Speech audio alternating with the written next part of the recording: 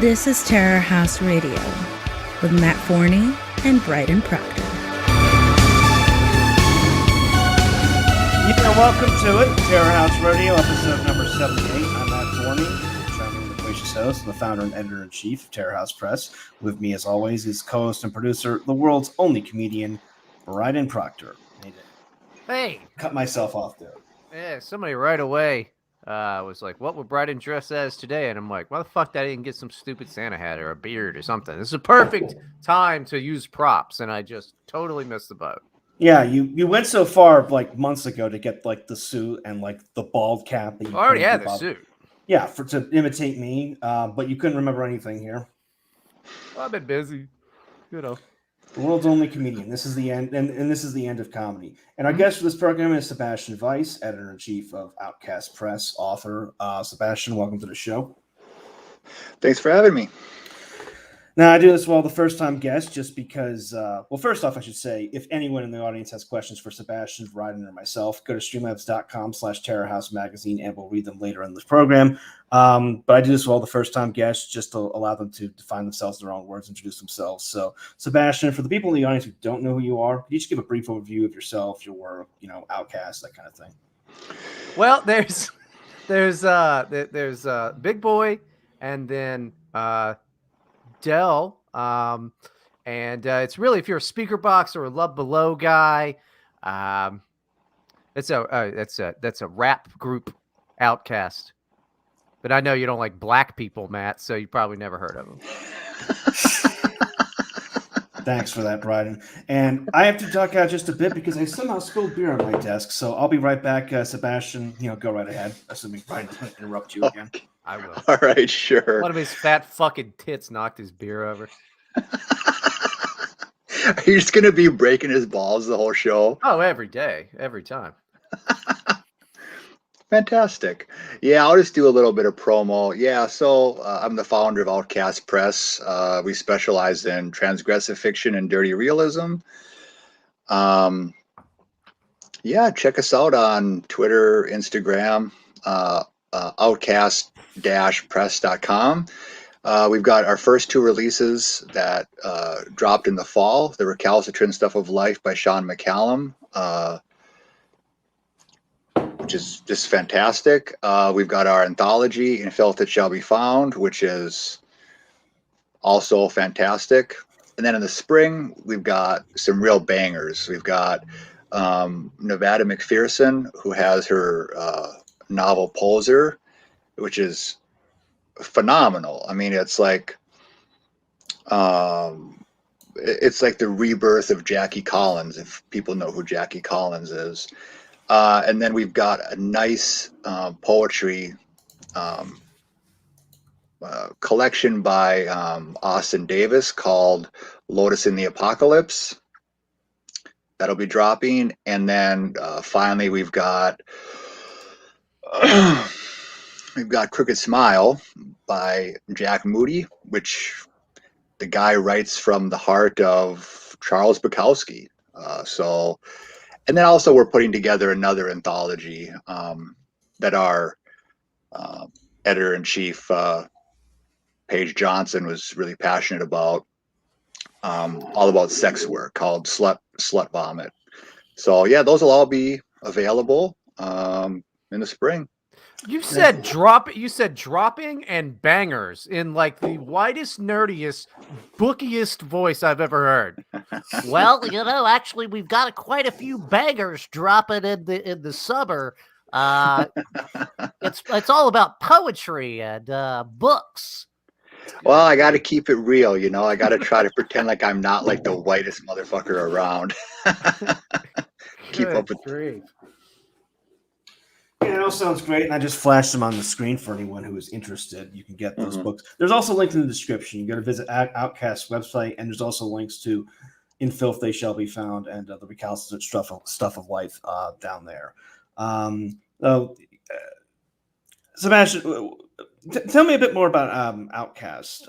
Like when did you get started? I mean, you said you had your first two releases, but what was kind of like the impetus for starting Outcast, et cetera? Just kind of an overview of the company's history.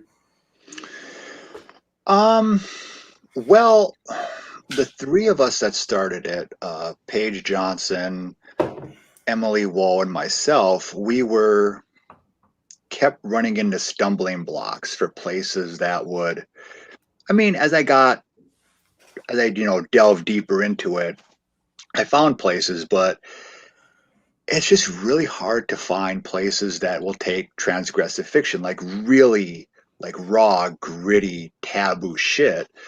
And I think we all kind of I can only speak for myself, but I kind of snapped when somebody sent me this link to a magazine. They go, here, this magazine takes transgressive fiction. I'm like, fucking fantastic. And I looked on it, and there was just like, it was basically a catalog of all the shit that I write with like a big no next to it.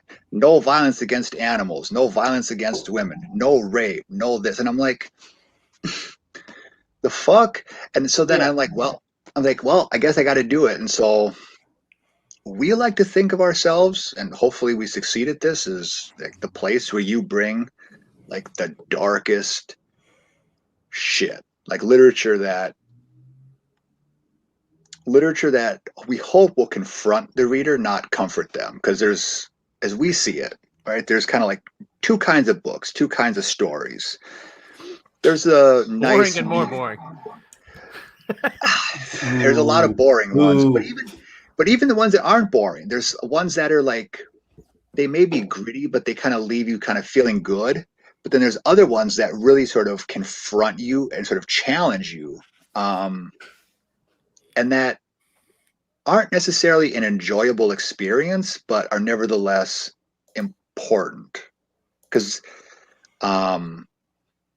like J.G. Ballard said in his novel Crash, I want something along the lines of, I want to rub the human race in its own vomit and make it look at itself in the mirror. And that's what transgressive fiction is. And as I see it, is kind of exploring these very dark, sort of no holds barred topics. Basically, you're doing the Terror House thing if you just publish porn, because that's what it sounds like. Is it's just Brian, weird porn? Boo. Oh yeah, this is 50 Shades of Vomit. You know, that's one of these days, Brian. We're going to do an in-person podcast, and I'm going to bring tomatoes. I will not to eat. You further. fat fuck! Like, no, to throw at you. terrible jokes.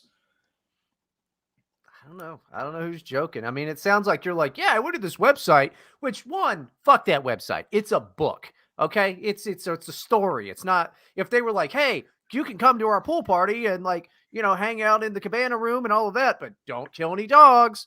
That's totally acceptable. That's absurd. I mean, you claim you want, I see these people having a difficulty distinguishing between reality and fiction. It's like, yeah, there's like, you can like, it's like no killing animals, etc. You know, it's just a story, right? A book, like unless you're adopting like the, I guess, Jack Thompson view that someone might read this book and decide to go and kill animals, but like A, that's not going to happen. B, even if it does happen, that's not your fault. Again, it's just fiction. It's not reality. The whole point of at least one of the points of writing or art in general is to explore ideas. Explore ideas that may not be acceptable in the real world, to explore emotions that you may not want to experience if they were happening to you in person. So, yeah, having all those stipulations is ridiculous. And I'm glad that places like Outcast exist to kind of, you know, push back against that. I mean, I know that a lot of other people that run in the circle that I run in have sort of a different view than me. Like, I'm not one that's going to like trash other genres. If they want to write the kind of happy-go-lucky stuff and have stipulations, like that's fine with me. But if you're specifically marketing yourself as edgy, as we want kind of the dark stuff, like go all the way, motherfucker, or don't go, or don't do it. And stick to something else. You know, do like cozy mysteries, do romance. But like, if you say on your page, you know, we take transgressive fiction, kind of the gloves come off. It's kind of be prepared to be extremely uncomfortable. Yeah, so that's where I have a kind of a bone to pick, is places that kind of they want to flirt. They want to flirt with being edgy.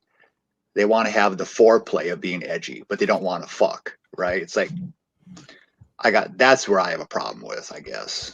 So it's like it's I mean, I get that. Yeah, it's not people in general doing it. Like obviously, if you're not marketing yourself as transgressive, like yeah, you can impose whatever stipulations you want. It's the places that claim they're transgressive, but like have that long list of no's, as you said. Look, the only thing that I really know about this whole conversation is I don't want the transgressives using the same bathrooms as like my child. Boo. So you listen to a lot of metal, obviously. If you're like, yeah, I write about dog rape and my hair is down past my nips. So you like metal, right? I like metal and rap. No, really. DMX, Tupac. Fine. Yep. I mean, I don't even some of the newer stuff. Joyner Lucas, Kendrick Lamar. Oh yeah, all that. I like classical music too. I'm a wide. I would say the only music That's a wide. Yeah, the only music I kind of find I don't like is country. It's just. Wow. Yeah, I just can't get into country. It's just too. Well, I mean, yeah, country's kind of like a very particular thing. Plus, like new country just kind of sucks. I mean, it's all this Taylor Swift pop, whiny crap. That's just pop country though. I mean, that's like saying like, oh, punk sucks because Guthermouth is not very good. Well, punk also sucks now. Yeah, but still, I mean, that's just pop punk. There's a lot of pop country, sure, but you get on YouTube. I forget there's some. I don't know, some guy with twang and it sounds like this. Speaking of punk, did you hear what the Offspring did? Died finally? No. No. Okay, so you actually can't. So their first album, right? So on the Offspring's first album, the last song on there, it's "Kill the." I can't say it or I'll have, but it's. Let's just say it's the highest political official. Okay, they have a song called that, right? Yes. Kill the. Okay. They fired their drummer. They fired their drummer recently because he had a doctor's note that was reported that he had adverse reactions to vaccines. He had already had COVID. And they fired him. So it's like, what a interesting progression from the first album, which was the FU, to all of a sudden now choking on government cock. Like they all seem to be doing that. I mean, Rage Against the Machine is making people show a vaccine passed against their shows. Nobody sees the irony of that's sad to a government doctrine like that just so they can walk in, wear their mask. By the way, you have to wear the mask at the concerts as well, so they can scream "fuck you, I won't do what you tell me" behind their mask with their cards. No, all those bands stink. We've had this conversation a billion times about all those bands stink. And I think a lot of it is they just grow up and now they're like, I'm an old man. And that's who is upset about the corona shit, is all these old people. I get it, I guess, or whatever, but like they've just old scared people now, and it sucks. It sucks. Well, I mean, and it doesn't help that the majority of people, they listen to primarily corporate media, which and most people also don't know that all of these companies are registered as entertainment companies. That's why they can't get sued for any kind of misinformation. And you don't even have to believe me. Like, you can look up their LLC registration. They're not fucking registered as news organizations. They're registered as entertainment entities. And people think this is not just Fox. This is MSNBC, CNN. And so this is why you can lie and sue them for that. They can't be sued. This is why fucking Dan Rather lost his lawsuit. because they have no obligation to truth. I don't think that they need to have an obligation to truth either, because all of the big hit shows that you see anywhere, they're opinion anchors. They're not like, Brett Baer is the guy on Fox that's like, hi, I'm on at 6:00. I look like I was made in a lab and I'm here to be a somewhat straight shooter. He's what they got. But then you get Tucker and Hannity and Ingram and all of that. Those are opinion shows. But then don't call it news. Hannity at least doesn't. He's on the radio all the time going, well, I do some journalism, but I'm not a journalist. I'm a show host, and all of the, because he's been around longer than all these other cats. So he's got to figure out how to make up for the time that he was like, and we need to go to Iraq, because everybody remembers that, Sean. They remember it. He's too clean cut for me. I'm waiting for some stuff to come out about him because he's too clean cut. Like, I wonder if he's going to be another one of those like Weinstein, Bill O'Reilly people where it's like comes out where, yeah, he made, women watch him masturbate in the shower. Were you guys fucked up when you read that? When you're like, wait a minute, I read that wrong. You mean he watched them? Yeah, it's like, but it's like, no. Like, he made them watch. Like, can you imagine the narcissism of like thinking you're so like awesome? That's not that weird, because the greatest comic in the entire world, Louis C.K., is into the same thing. So, there's got to be something to it. He's a genius, so there's got to be something to it. Well, I mean, it's not terribly surprising in O'Reilly's case, because O'Reilly started as an entertainment anchor. I mean, everyone's seen that. We'll do it live clip from when he was hosting that. Do it live. Then he became a political pundit. Because that's where the money was. So like, it's not too surprising. Hannity, I don't know. I mean, if nothing's, he's been around since the early 90s. If nothing's come out about him so far, I don't think anything is. I think he really is just that boring and mulched of a person. Like the biggest scandal he's had was when he was caught juuling off air. Yeah. Well, that's happened a couple times too, and every time it's funny. It cuts. The commercial break ends too early, and he's got a jewel in his mouth. And he pulls it out quickly. I don't know. I don't know, man. And in Bill O'Reilly's defense, Bill O'Reilly fucking rules now. I'm not sure if nobody does. I'm the only guy my age that pays attention to Bill O'Reilly, but he's got some pretty solid fucking takes, man. I mean, he was right about pretty much everything with Trump. He goes, no, he's not going to be able to build the wall, but people like it. They'll rally behind it. He's going to win. Okay, you pinhead. But he's not going to be able to build the wall. Of course not.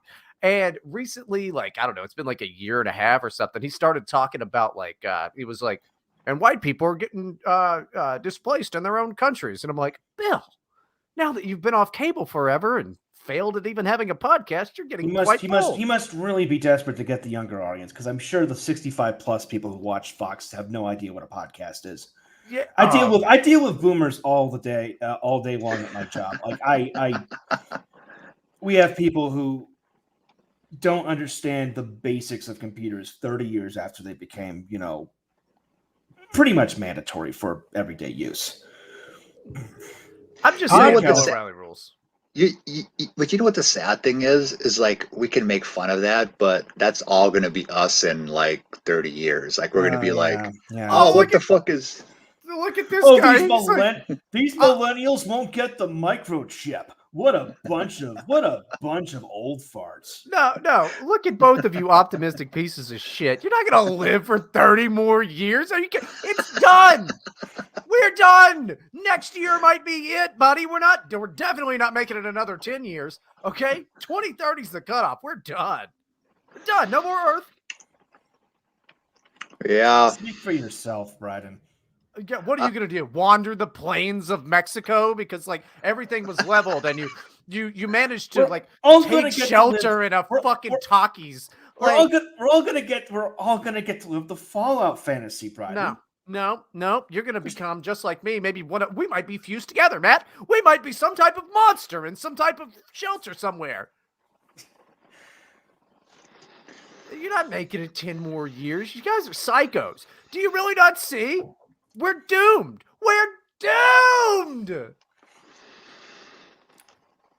Right. Yeah, I think 10 years is a good projection, I think. Yeah.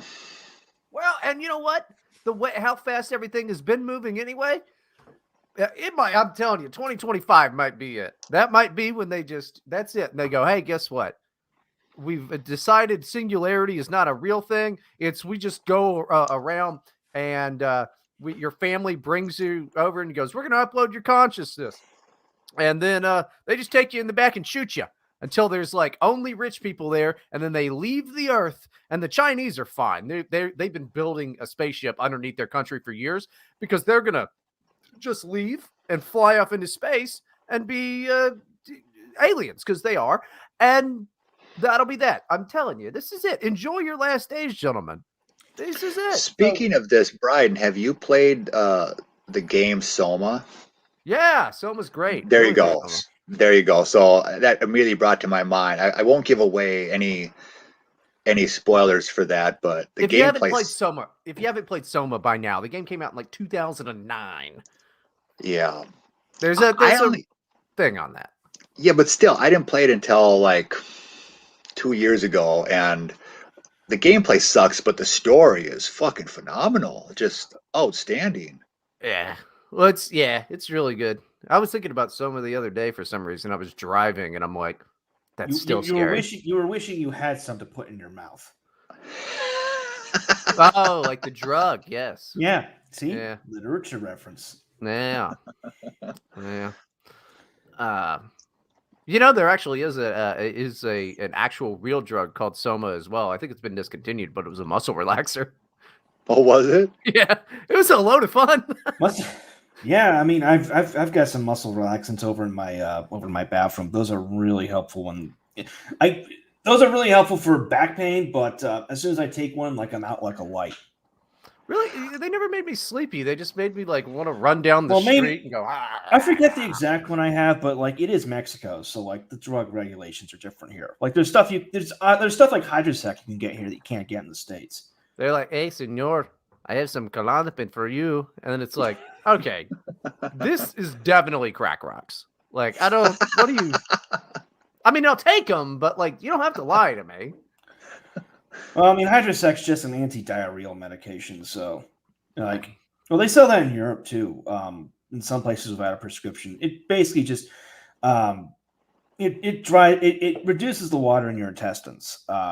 I'm surprised it's not in the U.S. I mean, it would be. I think it would be an easier sell over Imodium, which is an opioid.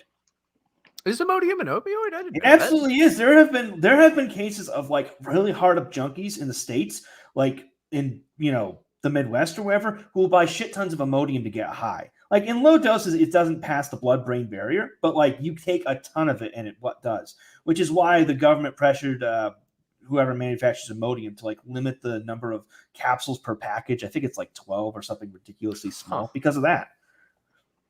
It's like in most states in the U.S. you can't buy liquor on Sunday. So if you're like a hardcore alcoholic, you just go through the checkout with 20, 30 bottles of mouthwash because there's that tiny bit of alcohol in there.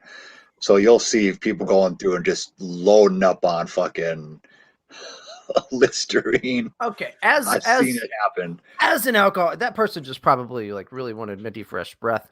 As an alcoholic, let me tell you, I'm pretty sure most places still sell on Sunday at this point. And two, the good ones plan ahead, man. You're like, I don't want to do that. And they have a thing in mouthwash now that it just makes you fucking sick. So you're better off with either vanilla extract or cough syrup. So, well, Sebastian, you're in Indiana, right? I know Indiana doesn't allow Sunday sales. It's weird. They just changed it. I don't know because people will be shocked to know, but I don't really drink, so I don't really follow this, but you can buy it at like after like noon. Like they just changed it. So like before, and I guess that's for some stupid like church thing. Like don't want people buying while they're at church. Doesn't make any sense, but it's weird though in Indiana. Like pretty much every store you go in, there's like liquor. Like there's liquor everywhere. Those places rule. Yeah, you go into fucking Kmart and there's not liquor. Yeah. Yeah. The laws are weird. Like I grew up in New York, whereas like New York has Sunday sales, but Supermarkets are not allowed to sell wine and hard liquor, and liquor stores are not allowed to sell beer. So you get some creative ways to get around it. Like in Albany, which is where I went to college and where I had my first real job, you'd see things like a convenience store with the beer, and then next door to it, like a wine and liquor store owned by the same person. Supermarkets will do that. Like they'll open a wine and liquor, store right next to it if they've got the space. Weirdest is North Dakota, which is where I lived for a while when I was working in the oil fields. Like that's how it was in Minnesota too. In Minnesota, there would be a grocery store, and then like right next to the grocery store, owned by the same people, would be the liquor store. Like North Dakota has the strictest blue laws in the country. No businesses are allowed to open before noon, except for like I think hospitals, gas stations, and I think hotels. Right, there's a 24/7 Walmart in Williston, the center of the oil field, or at least there was. This was like a decade ago. I imagine things have calmed down. It's 24 hours, except on Sundays when they close at midnight and open at noon. So, that was kind of welcome in one sense, just because like most of us were working like 7 days a week. So we got a tiny bit of respite on Sundays. But if you're not good at planning, it's not a good thing. And these laws don't exist outside of the U.S. Like, most places in Europe, you can walk down the street with one of these and no one will care. Yeah, but also they're like, hey, if you don't take this vaccine, we're going to shoot you in the butthole. So, well, most of them. Serbia, Bosnia, and I think Armenia are still on the good side of this. Good for them. Good for them. You mean the places where laws barely exist anyway? They're like, these people are ungovernable. Fuck it. I don't know. Just embezzle everything, and we'll just You're a goddamn anarchist. That should make you happy, Bryden. I didn't say it was bad. I'm just saying that that's what they're doing. New Zealand and Australia are, so I've heard, pretty bad on all of this stuff too, like the draconian measures with like. Yeah, I think Dale Brett, who wrote Faceless and Nippon for Expat, I think he mentioned to me on Twitter that you can't even leave Australia unless you've got like a work permit for another country. Like if you want to just like go on a trip, you can't. Or at least that was the case like during the worst. Maybe they've lifted that now. I don't know. It makes sense, I mean, everybody's always saying return to tradition. Well, Australia is. It was a prison colony. Now it is again a prison colony. Yeah. Careful what you wish for, right-wing douchebags on Twitter, you fucking nerds. Yeah, true. Well, and that doesn't explain New Zealand, though. Well, New Zealand is, fucking sheep is their tradition. Yeah, dude, are they really even a fucking, like, can we just, who gives a fuck about New Zealand? What does New Zealand have? Flight of the Conchords. Beautiful countryside, I heard. Who gives a shit? Just bomb it. Like, there are people that are like, their whole bit is like, I'm actually not from Australia. And it's like, shut up. Just shut the fuck up. You got Flight of the Conchords, which, funny group. And then, I guess Lord of the Rings, that piece of shit was filmed there. So who gives a fuck? Fuck this tiny little island. You're just white people Japan. You're an awful, terrible little fucking thing. Nobody should care about. Fuck New Zealand. Australia should get it. Well, before all this started, like New Zealand was actually one of the most economically free countries in the world. Like you could start a business in like 2 days. Yeah. They had deregulated everything in the 80s. So like if you're looking at it from a business or like an investor perspective, like New Zealand was pretty good. Okay, I am looking at it from a business perspective. That of Raytheon. Bomb New Zealand. Somebody's been buying Northrop Grumman stock.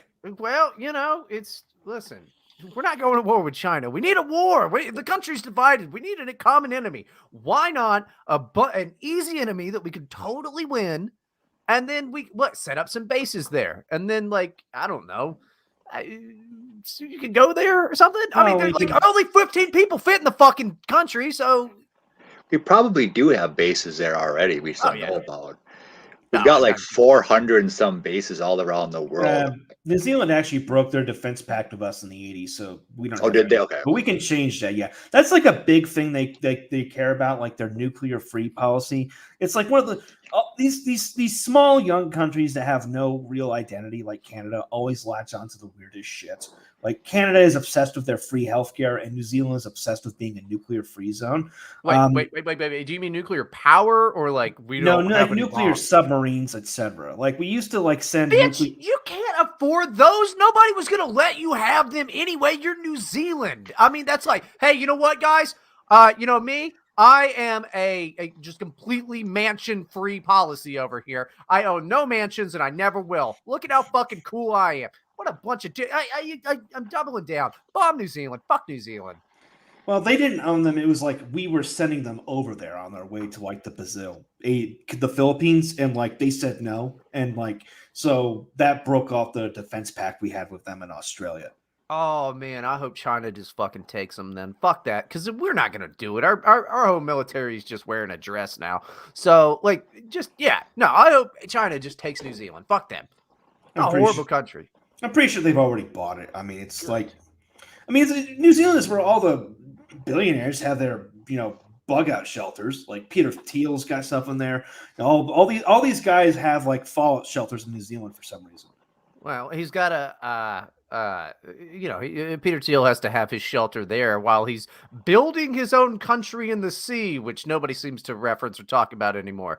Nobody's concerned about the maniac ANCAP gay man building his own country in the sea. I think I played a video game about that once. I'm not sure which one. I think it was called Bioshock. Yeah. Hey, everything worked out fine in Bioshock. Yeah. It was fine. It was fine. Oh, Matt, I was going to ask you something. You didn't care for Bioshock Infinite? Not really, no. I mean, this is going to set Bryden off like you wouldn't believe, but I loved it. I thought it was great. Bioshock is a good game, the first one. Second one is not great, but it's at least playable. Bioshock Infinite makes no sense to me. Well, part of it is I'm coming at it from the perspective of someone who played. I love System Shock too, and I love the original System Shock as a pain in the ass as they can be by modern standards. Bioshock was a step down from it, but it wasn't in terms of complexity, but it wasn't that bad. Bioshock Infinite just completely throws all that stuff out the window. There's so many game-breaking, logic-breaking stuff.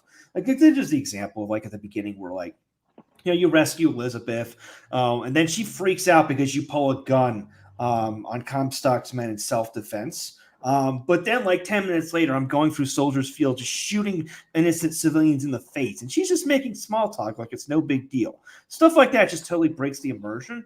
And the plot makes no sense. The plot makes perfect sense, but I get what you're talking about with that. So I'm sorry, Bryden, I'm not a drug addict, okay? It doesn't make sense to me. Listen, I know that time travel is an interdimensional. It's a time travel game, okay, and it's fine. It's a little complex, but it was written beautifully. It was meant to close out the whole thing because Ken Levine was not part of 2, and then they brought him back for Infinite, and he was like, fine. After the 2 DLCs, this should close out the story. But this is repeating ourselves. The podcast. We're having the same conversations in front of Sebastian is basically what the whole show has been. Well, I mean, it's first off, the kids in the audience. Sebastian, you yell at him. Fuck you, Matt. Sebastian, you yell at him about. Wait, hold on. It's this way. It's actually been a while since I played Infinite. I know that I enjoyed it, but the time travel, the metaphysics of time travel was a bit weird to wrap my head around. Although I will say this, some movies really fuck up the metaphysics of time travel. So have you seen Looper? Yeah, I've seen that. Okay, it's a good movie, but there's certain things in there that bug me because okay, how do I say this in a way that is going to be comprehensible? So you're obviously dealing with 2 different time frames, right? You're dealing with 30 years in the future and then the present. And so when somebody's brought to the present, you'll notice that there's they captured that one guy. the younger self and they tortured him, and then that had an effect on that person. Well, that makes no sense whatsoever because you're in the same timeline. You're in the same timeline. So the effects wouldn't accrue, or like when the guy carves it into his hand. Now that would make sense if it was across time, right? But not while you're in the same timeline. So that was just stupid. That was just a stupid error. I have a great answer for this, and it's that time travel isn't real, so it's just kind of it's a storytelling device. It's theoretically possible, according to Einstein. Theoretically Einstein's possible. a faggot. He's been dead forever. Fuck him. String theory, more like fucking idiot theory. Fuck that guy. Who gives a shit? He wore the same clothes every day. He smoked like shit. You know, he was just like some stinky Jewish dude who was like, oh, by the way, there's size strings and there's like 8 of them, so whatever. Because like he did the equal MC square shit, theory of relativity bullshit, and then he was out of ideas and he was like, got creative like John Lennon in his later years. He was just like, number nine. It was bullshit. He didn't do string theory. That came along later. Number 9 like that? Isn't that the ending of a Beatles song? No, it's a whole song, and it goes number 9. That's number the 9. one. That's the one where you reverse and it says like Paul is dead or something. Supposedly, I mean, it's fucking retarded bullshit, and like idiots have been around forever. But you know, time travel is just fun, dude. Back to the Future rules. Okay, there's tons of plot holes in it. You write a perfect time travel story. There's never been one. Heinlein. Robert Heinlein. Yeah, he's done pretty good. You can actually look at like where the metaphysics of time travel get it pretty right. Heinlein is pretty good, and I forget what what's the book? It's not The Moon is a Harsh Mistress. No. No. I'm not a giant fan of Heinlein, but yes, I'm not either. Good points either, but like, yeah, I don't remember this part. Okay, I think you guys are just making this guy up because his name rhymes with timeline. Starship Troopers. Have you seen that movie? He wrote the book. Oh yeah, those there you two go. things are completely different. Yeah. All right. Well, he sounds like he might be a cool guy. Interesting feller. I'll say that. Well, I'm just saying, dude. Back to the Future rules, time travel rules, and Terminator. You know, that's a good movie with time travel. There you go. Got some time travel. First one. The second one's not as good, and I'm like alone in this opinion. You are, I think. Yeah. The second one was just fun. It was just fun, I thought. Well, I like the first one more than the second one. First off, like CGI, I think ruined action movies because you could just copy paste all these effects, whereas when you were limited by physical effects, mannequins, its miniatures, etc., you tended to directors tend to focus more on the story. Number 2, I think Arnold Schwarzenegger in the first movie was more intimidating than the T-1000. Like how cool would it be if Michael Bay just like kicked your fucking door in and beat the shit out of you?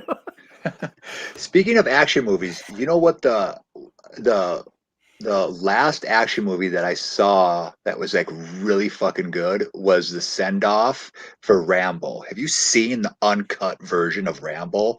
Oh fuck, you guys got to see it.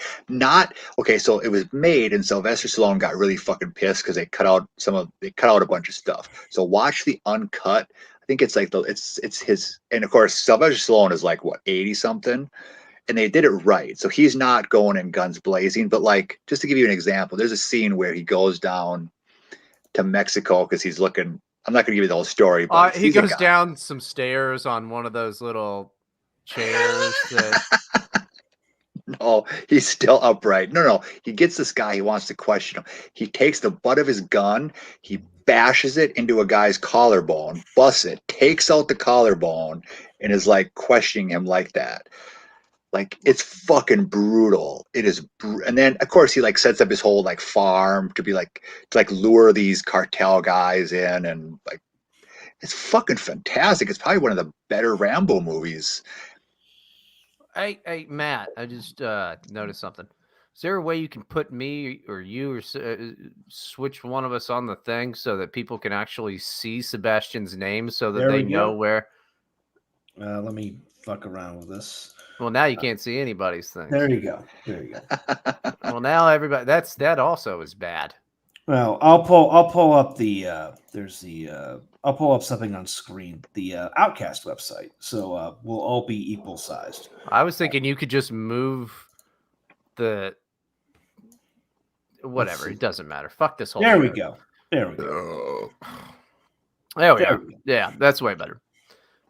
We're That was moving way off to do we're it. moving off this shit software soon enough. It would have been this month, but I didn't have time to do testing and get the new graphics up. But yeah, everyone can see Sebastian's name now, so nobody can see whatever dumb shit Bryden put for his name. Yeah, you should really be at the bottom because I'm always putting cool names. Like this week, I'm Poop Springsteen. Oh, did you bust a brain cell thinking that one up? No, I was running out of ideas, and I was like, I can't start. Yeah, there we go. Poop Springsteen. Yeah. All the cum swishing around in your mouth killed your brain cells. Yeah. Now I got you're gonna be out of luck here soon. I was messing with it before. I couldn't get it to work, but I'm gonna have nothing but drops here soon, buddy. So it's good luck ever talking again. I'm prepared for it, Bryden. I'm prepared. It's the whole thing is just gonna be me playing fart sounds over you. And then we're eventually going to start doing it at 6 a.m. for that proper morning zoo feel. Yeah. Or you could also just start playing drops, and then we could just do nothing, and then we'll just evolve into just playing copyrighted music and get the whole YouTube banned. It'll be great. Hey, I'm good at tempting fate, so You're good at tipping over. now one of my projects is I swear to God I'm going to do this eventually. I'm going to get a shortwave radio station, and Hell then yeah. and then we're just going to broadcast Terror House shit on it 24/7. Under Mexican regulations, so like I'm pretty sure they're looser down here than in the States. Mexico has like AM radio stations that are like 10 times the power of American radio stations on the border. So they broadcast up into the States. That's legal here. We can do that here. So like we can fuck around with that with shortwave radio. We can, Review Bra likes it. So like I'm sold. Well, what I've wanted to do for years is like try to get a shortwave thing powerful enough to just broadcast anti-communist propaganda into Cuba. And like, So basically you want to duplicate what Radio Free America does? I guess, yeah. I mean, I just want to get on the air. Bryden And just be like, hey, Fed confirmed. that would rule, dude. I don't know. Cuba should be awesome and should just throw off the chains of communism, sell me some cigars, quit being fags about everything, and say communism sucks.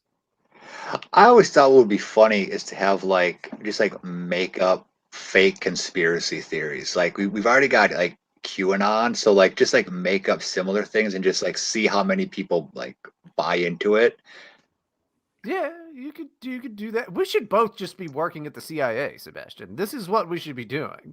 It's like really- making up fake like conspiracy theories about that like make no sense except to like people who go on Facebook and do like these long threads. Like, So what you're saying is that we should be liars. You know, for a good cause. For a good cause. Yeah, that's what the QAnon people thought that they were doing. That's what the CIA goes. Listen, this is for a good cause that we have to poison entire villages. Okay, this is for a good cause. Well, I mean, there's all kinds of fake conspiracies already, so I can see you being successful with this one. Like the conspiracy theory of Havana syndrome. Yeah, it's just fake. Or Russian meddling. That's another popular conspiracy theory. Also fake. Oh, there's this other conspiracy theory called coronavirus. Yeah, that one's very real though. Go get your booster, everybody. Please, YouTube, don't take us down. We love Susan. It's so real. It's so real that sometimes people with this newest, most deadly variant in the world don't know that they fucking have it. So I'll tell you, when I did get the damn coronavirus, I felt quite sick. But I also wasn't. I wasn't worried that it was that because like it was in like March of 2020, and I was sick as shit forever. I was still going to work, infecting every person that I knew, and they're all alive. I'm pretty sure I had it in December of 2019. I did too. I had it in December too, and they didn't officially do it. So like my symptoms were exactly the same, and it fucking laid me out though. Like it, unlike Bryden here, I was immobile. Like it fucked my shit up. I was done. Like I attributed it to the fact that like I've been living in Tbilisi, Georgia, and I went to Armenia for a couple of months, like right over the border. I took a bus to the city of Gyumri in the northwest, and the bus. It was a van. It was a Mercedes van driven by a guy who was too cheap to put the heat on in the middle of December. So by the time I arrived there, my teeth were literally, I was bundled up and everything. My teeth were dancing like Mexican jumping beans. And I attributed getting sick to that. That and all the other dumb shit I had to. I arrived in Gyumri like around 3 p.m. It's like I didn't have phone service, and I saw, there's a phone store across the street from the bus station. I'll get a SIM card here, and I'll just take care of it now. So I go there, and I'm going for all the forms and stuff, and they're like, "Oh, we don't take credit cards. You have to pay in cash." I didn't have any cash on me, and the closest ATM was about a half-mile walk. So I had to walk all that way up in the cold and walk back just to pay for the SIM card.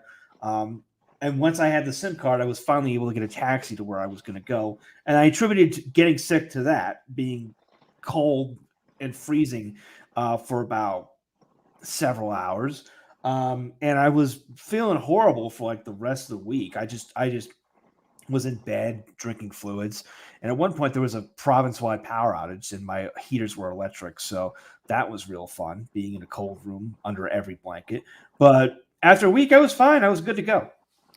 See, but like it was for me, it was so weird because I remember I got it and I was thinking, like I've gotten the flu, I've gotten colds, and they're all relatively similar, but this was something different. Like the loss of taste and the loss of smell, and yeah, I lost that for about 4 days. I was really fucked up, and then I was good, but I didn't regain full like faculties of taste and smell for about 3 to 4 weeks. I mean, there was, and I'm like, and this is before I knew anything. This is like, I got it in late December of December 19.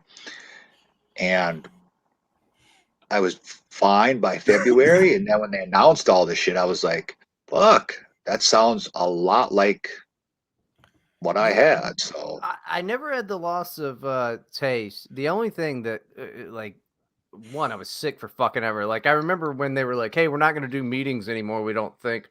I'm like sitting there shaking and coughing in the fucking meeting, like ah.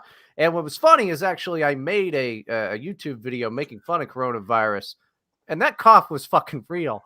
But like I would wake up in the middle of the night and couldn't breathe, like which should never fucking happen. But it was brutal and it was fine. But the thing is, like, dude, as long as this shit has been going on, and as much as I've traveled in the whole time, and like, shit, Matt's traveled even more and all, I don't know how much you travel, but every single person has to have had this at least one time by now. The whole world has had it. Yeah, I may have had it again. I mean, something like earlier this year, but I was only sick for like 2 days. Like 2 days, I was flatlined, and the rest of it, and after that, I was fine. It was like, oh, really? Was this worth shutting down the entire planet for?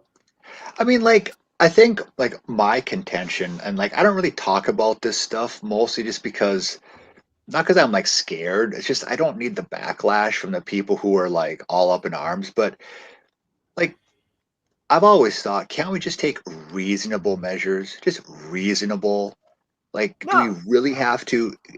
Can we just be, like, reasonable precautions instead of all of this like draconian shit? Like no measures. Fuck that shit.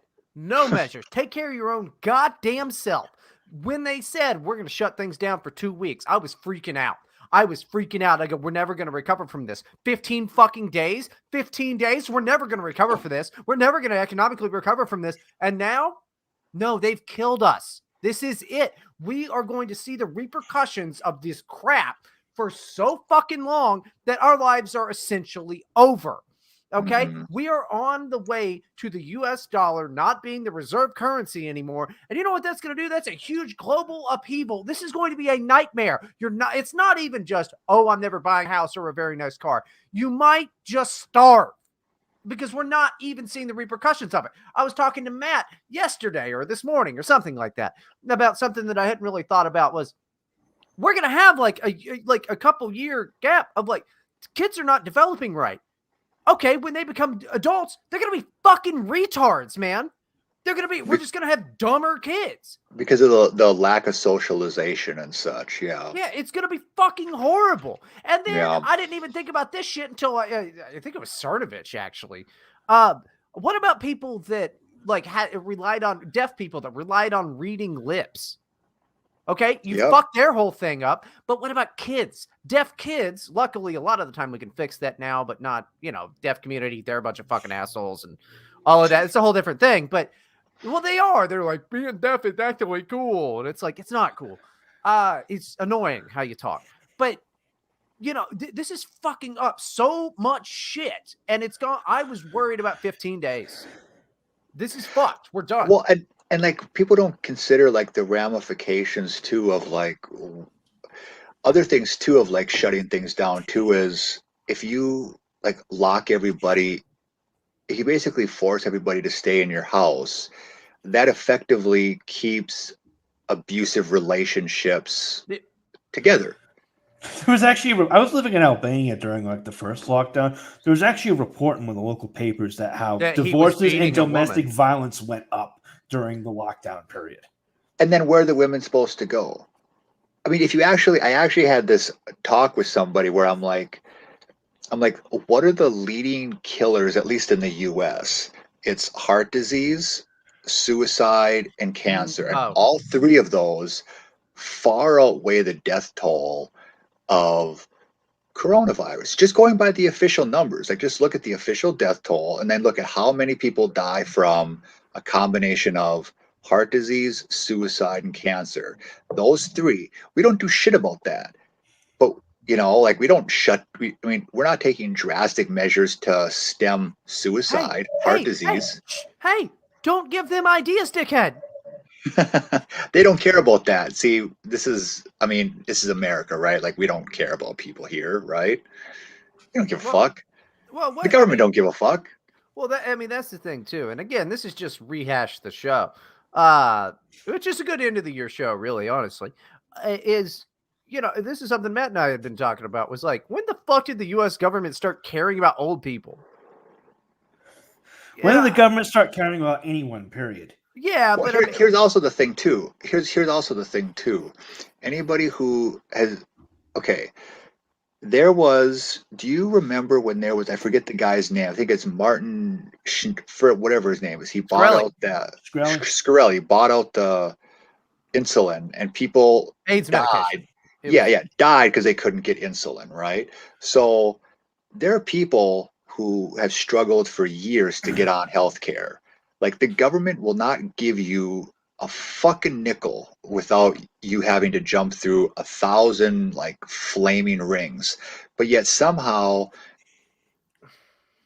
the vaccine is readily available. Like my question is, when the fuck has the government ever given people anything without squeezing every ounce of vitality out of them first? I mean, when? Yeah. I mean, a good example is the insulin thing. Is like a big thing that's going on now with that Build Back Better bill or whatever. Is that it's got like a reduction in the price of insulin. But here's the thing: one of his first actions when he became president, Biden, was reversing Trump's executive order lowering the price of insulin. Like, what the hell is going on here? I come from the perspective that I just have distrusted the government my entire life because it has done nothing for me. If anything, it's been an active impediment. Every time I have to file my taxes as an expat, the vein in my forehead gets slightly bigger. now I'm supposed to suddenly trust. Oh yeah, vaccine's cool. Oh yeah, trust the government. They really care about you. That's why they're shutting everything down. They've and some of this stuff is not like. There's actually a lawsuit against the State Department now because there are people who want to renounce their U.S. citizenship and they can't because almost every embassy is closed. I had to email the consulate here where I am for something, and they didn't bother to get back to me for like 2 weeks. So yeah, the government is an active impediment to most of what we want, our lives most of the time. And now here we are, supposed to trust them unconditionally. It seems like you should. It seems like you're one step away from my position, which is political anarchism. Do away with the state. I certainly feel that way every single time I have to file my taxes, which is again going to be in a couple of months. Well, I mean, if you think about like, why is the state needed? Like why is it needed? Like, what does it do? What does it do positive that individuals can't do themselves? I mean, I'll come at it from this perspective. So Michael Malice sums up political anarchism this way: you do not speak for me. And then everything else is application. So it's like, why I didn't elect anybody in Congress. Why should that person have any fucking say over my life? Why should they be able to tell me what I can, for instance, put in my body? Why? Why should some dildo in the White House be able to say, you can't do drugs? Who the fuck are you? Imagine the absurdity in that. A grown adult telling another grown adult what they can or cannot put in their body. Well, okay, now hold on. So you're Fuck speaking these my language. people. I agree, and you're speaking my language to a degree. I'm much more ANCAP, libertarian minded. I do think that we need some type of small social order. You do need somebody to wield a monopoly on violence that you elect. So, like, Why? Why? Because otherwise, then you're going to have to do it yourself, and you're going to have to get like a gang with pitchforks to run all the junkies out of the out of the neighborhood. No. Why can't there be, for instance, here would be like a good alternative. Here's a good alternative to see. So the monopoly on violence, that just creates corruption. So if we accept the fact that there's always going to be bullies and corrupt people, why not diffuse their power over? So for instance, what's the big problem with police right now? They have a monopoly on violence. Why can't we do it like we do with like insurance on cars, for example? Like that it's mandatory? No, that it's no. Like, why can't? Okay, for instance, I'll have people who, I'll have insurance that'll act of like private security insurance. People that work for me, we get into an altercation. Our two security firms that work for us work it out just like for car insurance. Why can't that work? Think about this. Think about it like this. How often has like a cop really helped you out in your life? Usually they make it worse, or they don't do anything. They have no incentive. They have no incentive because they have, again, a monopoly on violence. So if we strip the monopoly away. I've encountered like exactly 2 times in my life where a cop has helped me. The rest of the time they were an impediment.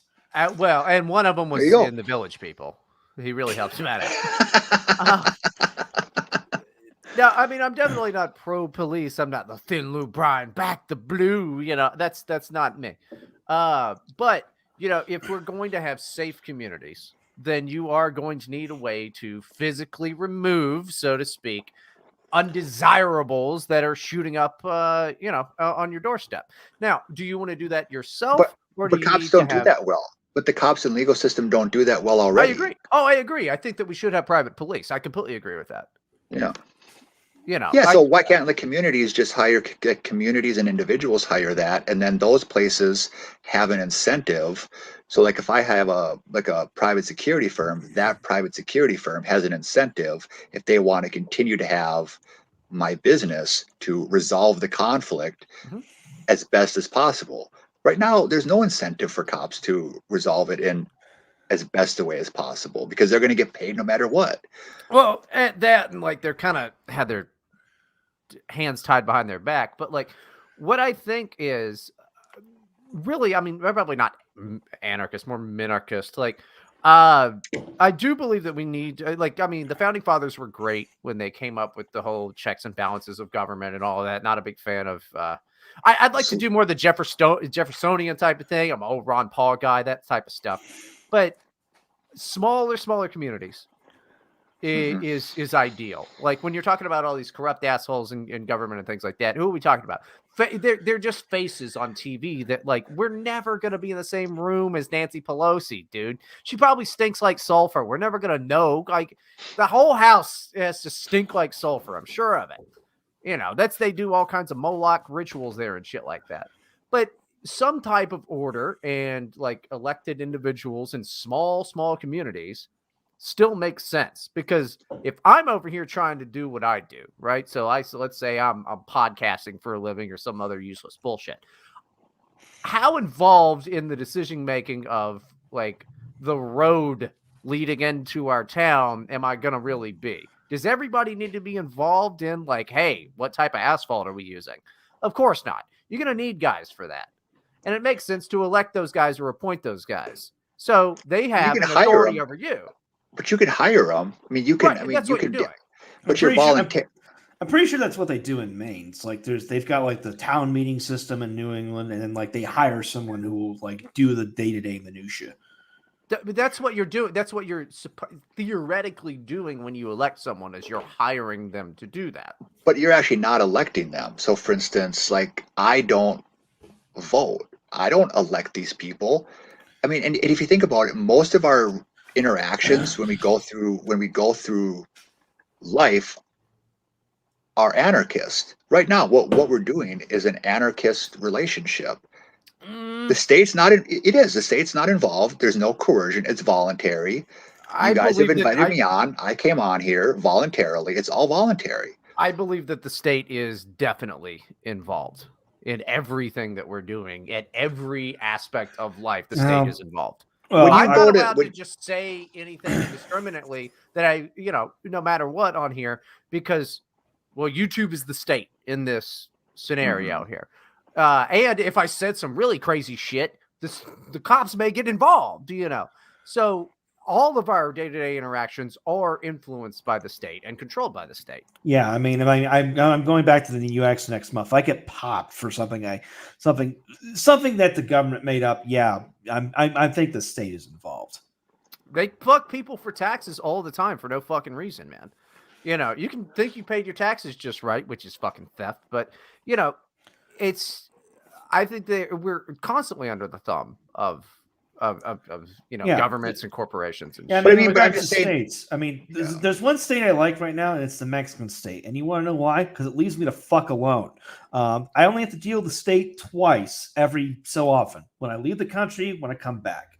That's an ideal state to me. The Mexican state is cool in my book because they don't enforce all that shit.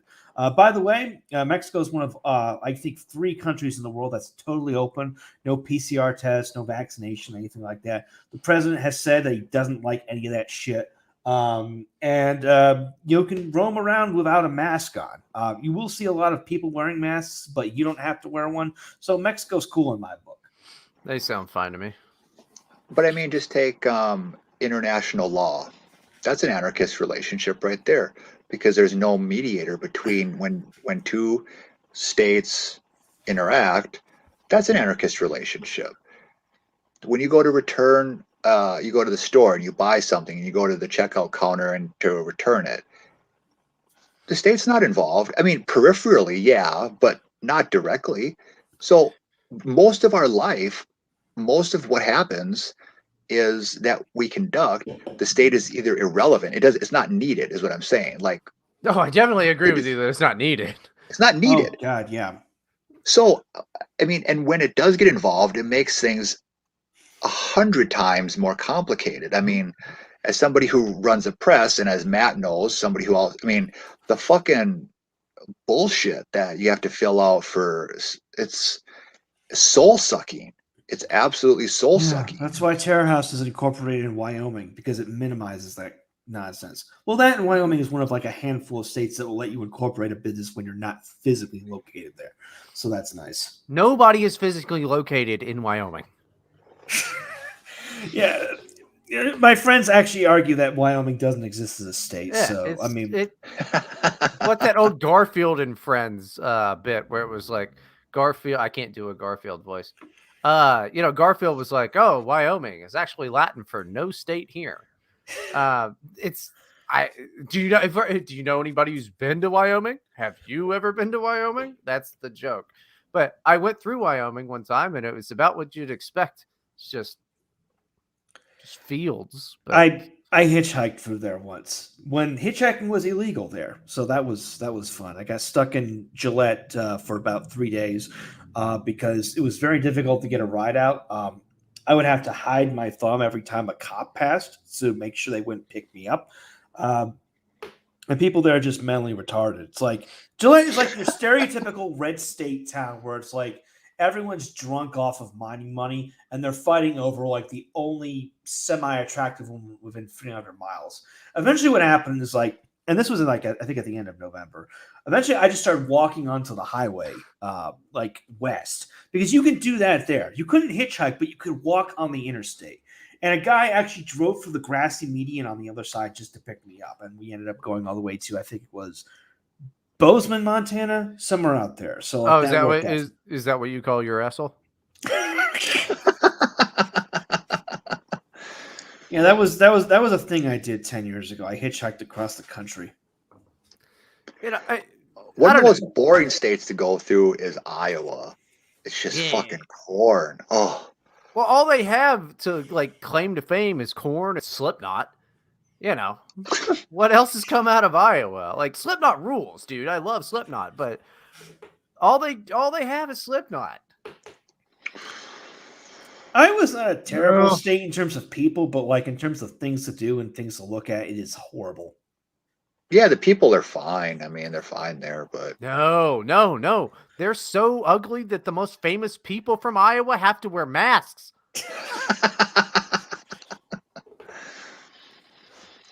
They've got some like local like fast food restaurant called Made Right that like their claim to fame is basically hamburgers with like shredded like ground beef, like basically like sloppy joes. I remember stopping at one at a truck stop near Council Bluffs, and like the guy who ran it suddenly gave me a huge 10-minute lecture on the history of the Made Right Corporation. And I was like, dude, you got to get some friends.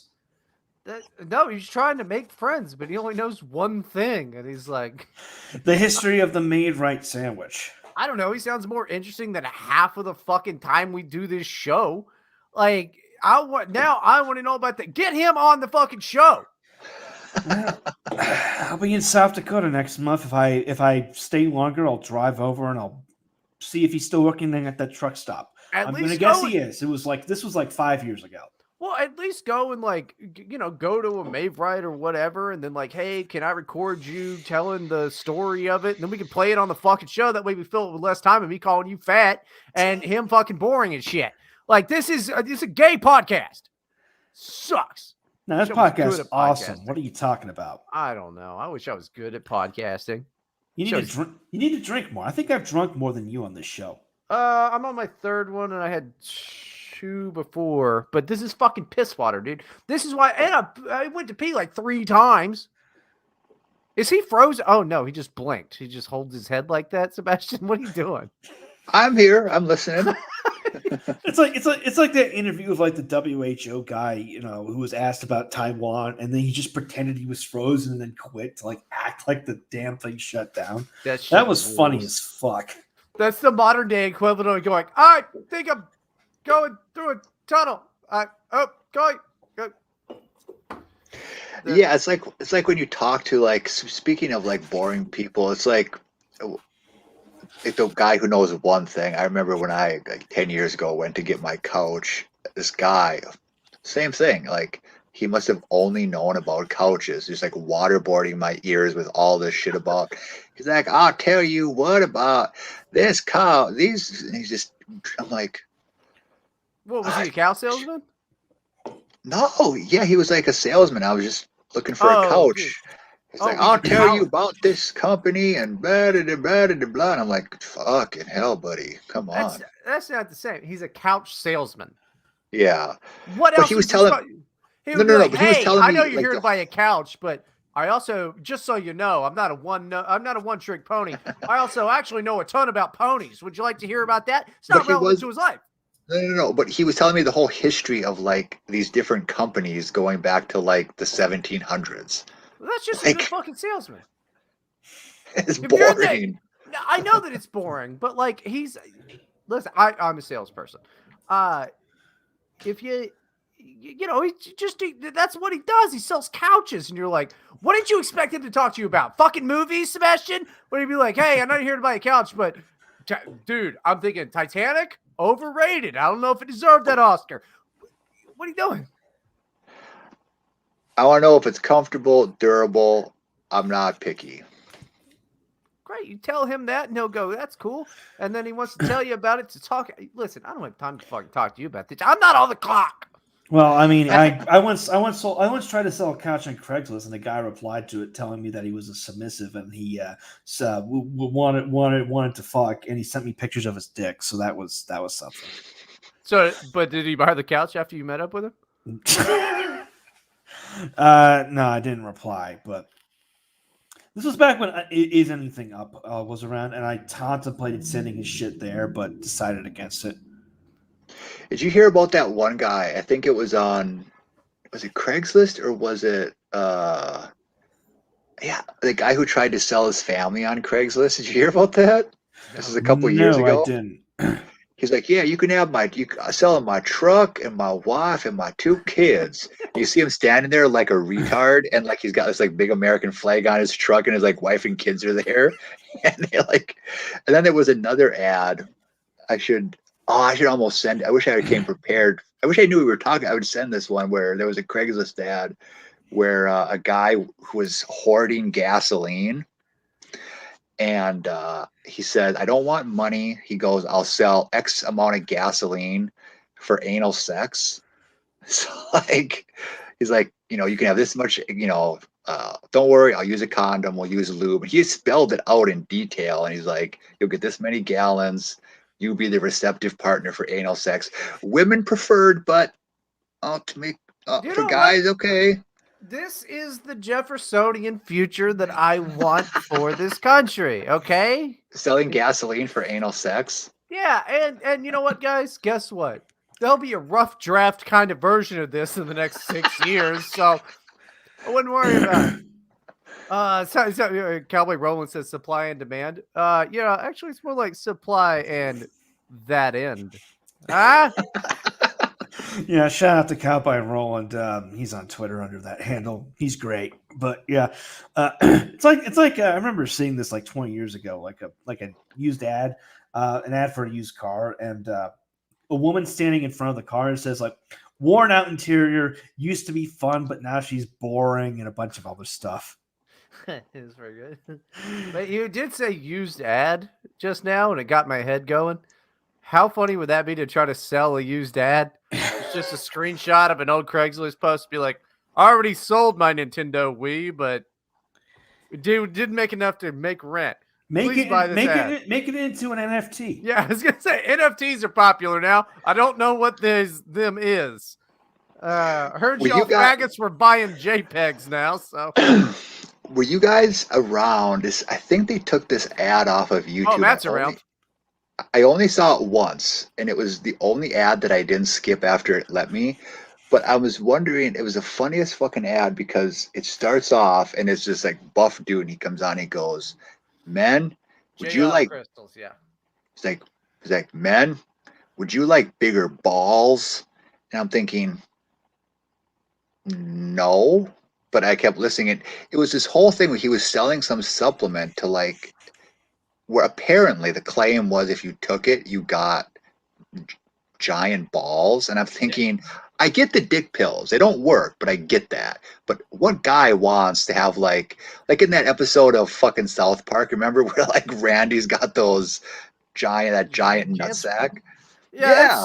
Who wants that? That's so stupid. Who's the market for that? That's dumb. Yeah, if you got a link for that, like, just sorry. I wish I could find it. I wish I could find it. And stuff. It was funny. It was hilarious. I only saw it one time. I'm like, who would want like giant balls like that? You know, that's so stupid. What are you gonna do with them? Well, I think you can get slightly enlarged balls by just like not ejaculating, but like that's no. But it's useless. That's a big dick. So like I get that. And by the way, there are no ways to increase your big dick that don't involve horrible surgical mutilation. Trust me. Yeah. But back to the giant balls. But the giant balls, that is bizarre. Yeah, who would want giant balls?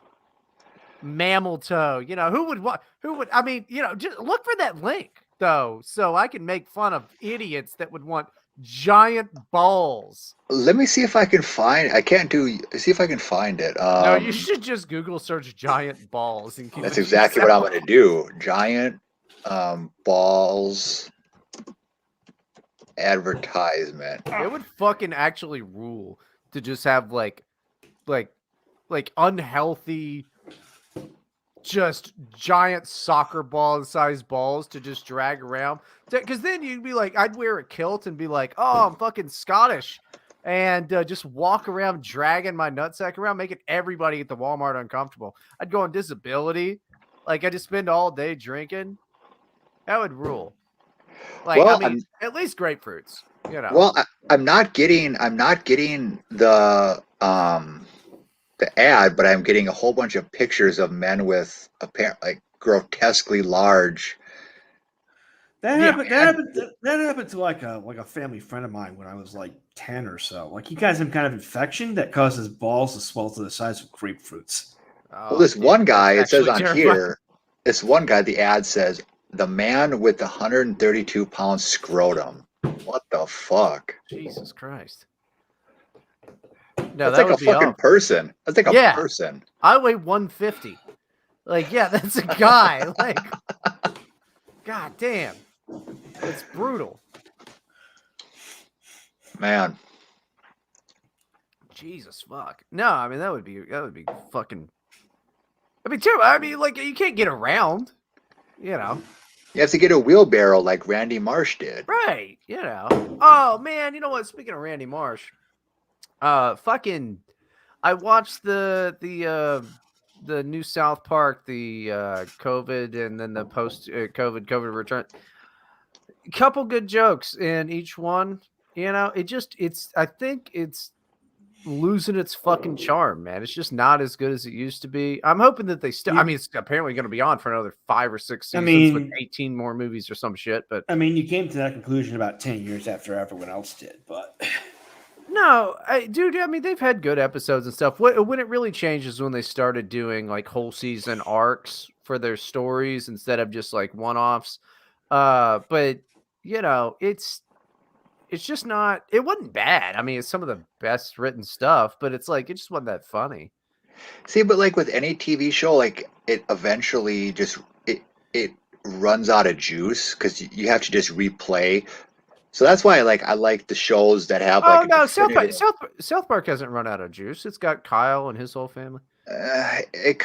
Matt's right. It kind of ran out of juice about 10, 15 years ago. No, I'm telling you, there's plenty of juice there. The funniest, I know Jews. I'm saying Jews. Yeah, the funniest thing that South Park did in the past decade was the Stick of Truth, which was pretty funny. That was a good game. Dude, both those games are great. Stick of Truth and the Fractured But Hole are great. Yeah, the Fractured But Whole. They do like a Marvel thing. It's okay. Like they did in the show. They had like a thing. Like Cartman, his guy. He's like a raccoon character, and he's the coon. It's good. It's a great game. What was the episode? I forget the episode where something like, what's the episode where Randy Marsh like can't like jerk off for a long time because like internet porn goes down, and then he like rediscovers it, and you just see like the whole room like covered in cum. What's that episode?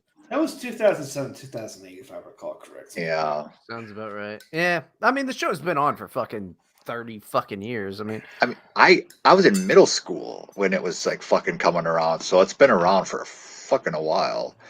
yeah. That- I mean, I don't know. It's still more decent than most stuff. It's not. I don't know. I just didn't like I didn't think it was that funny. But apparently there's gonna be a shit ton more of it. Like, I mean, they signed up with Paramount Plus to have like 9 movies, and like they're gonna be on for like 7 more years or some weird shit. I mean, it costs them nothing to make, and people will still buy it. You know, like I'll give South Park this. At least they had a longer in my opinion, a longer shelf life than Family Guy.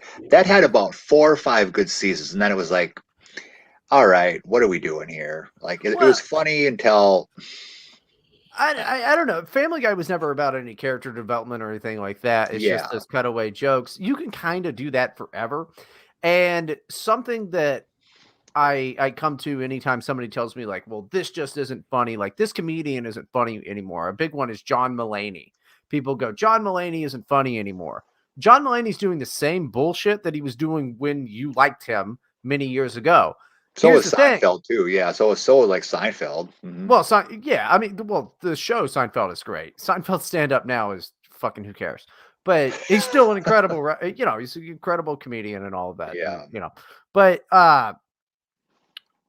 like John Mulaney is reaching a new audience of people that are the age that you were when you liked him.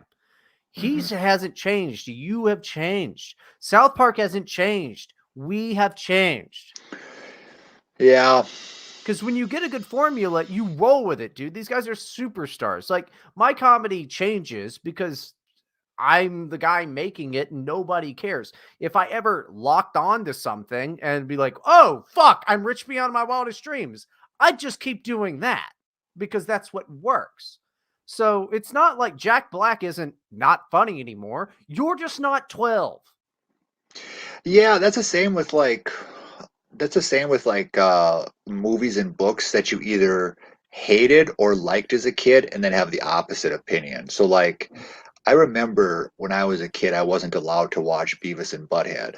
Sure. And I mean, I snuck in and watched it and I thought it was great. So I remember I was going to like, have you ever had this moment where you try to like relive your youth? So I'm like, hey, Beavis and Butthead, some of their episodes are on Netflix, and I watch and I'm like, this show is fucking terrible. Why did I like?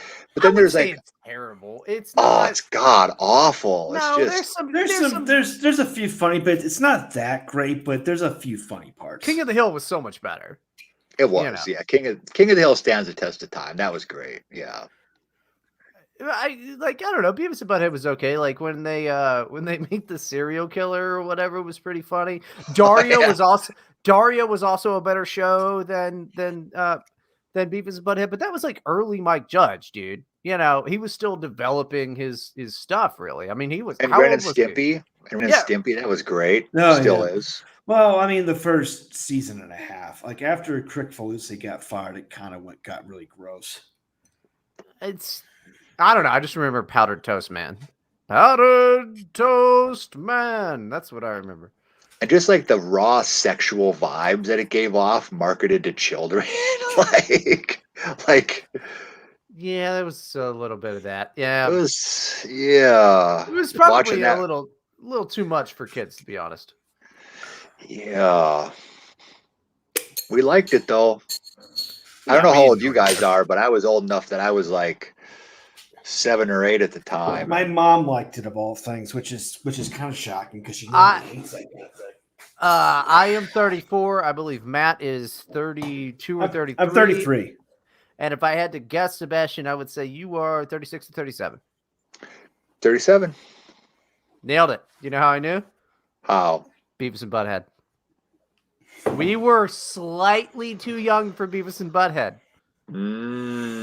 Yeah, my parents never mentioned that because like that was like early 90s. Like I was still in like the Barney the dinosaur period.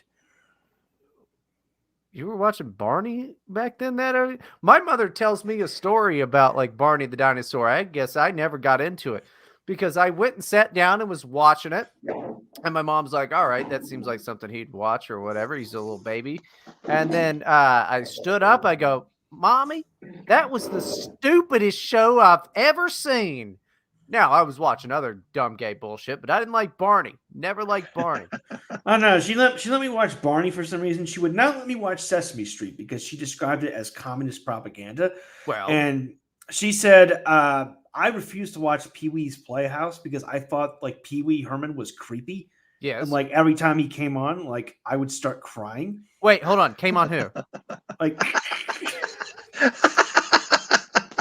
Were you in that theater, Matt? Good God. Explain so much. That was such a stupid charge when he got busted. It's like, what are you supposed to do in a porn theater? You're Not jacking just off. off in public. But it's a porn theater. Like, you're just gonna like, what do you watch porn for the aesthetic value? You're like, that's a really well done scene. You're jerking off in a porn theater, and if you're lucky, you're fucking someone. It was okay. Listen, that should all be abolished. But it's more that they caught Pee Wee Herman doing it than anything. The funniest thing, Matt, do Terror House News, and then somebody bring up Pee Wee Herman doing kids. This is crack. The fucking anti-crack commercial with Pee Wee Herman. Holy shit! yeah, okay, yeah. He said, yeah, do the Terror House News. But yeah, our next book will be Full Moon Reaction by Justin Jeffrey out on New Year's Eve. That'll be next week. A really great. Actually, you know what? Let me see if I can pull up some of the illustrations our art director Matt Lawrence is doing for that. Like, it looks fucking fantastic. But no, wait, yeah, it's all on Telegram, so like I can't pull that up. But yeah, it's an exploration of the occult, an exploration of American history, an exploration of American culture, the secret dark nature of American culture, revealed through Full Moon Reaction by Justin Jeffrey, which will be out on December 31st. We will be running some excerpts as well as a print interview of him next week. But more importantly, more immediately, tomorrow, Christmas Eve. I have never been this drunk on a show before. I apologize if I look like a fucking asshole. We will be running, Terror House will be starting its Christmas sale, which means that every one of our paperbacks will be 25% off. All of our ebooks will be 99 cents. Merch will be about 20% off, I think. And you can get these deals at terrorhousepress.com starting tomorrow and ending on January 3rd. So check that out. Brian's back. I am back. I gotta ban some weird Russian thing. Oh, yeah, I just saw that. Yeah, I've been seeing those spammers popping up. I think I banned a couple during the last show.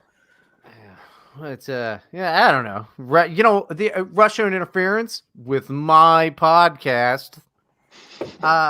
Get the. Do you have the? I'll look for it if you don't have it. You got to put the fucking Kids, this is crack.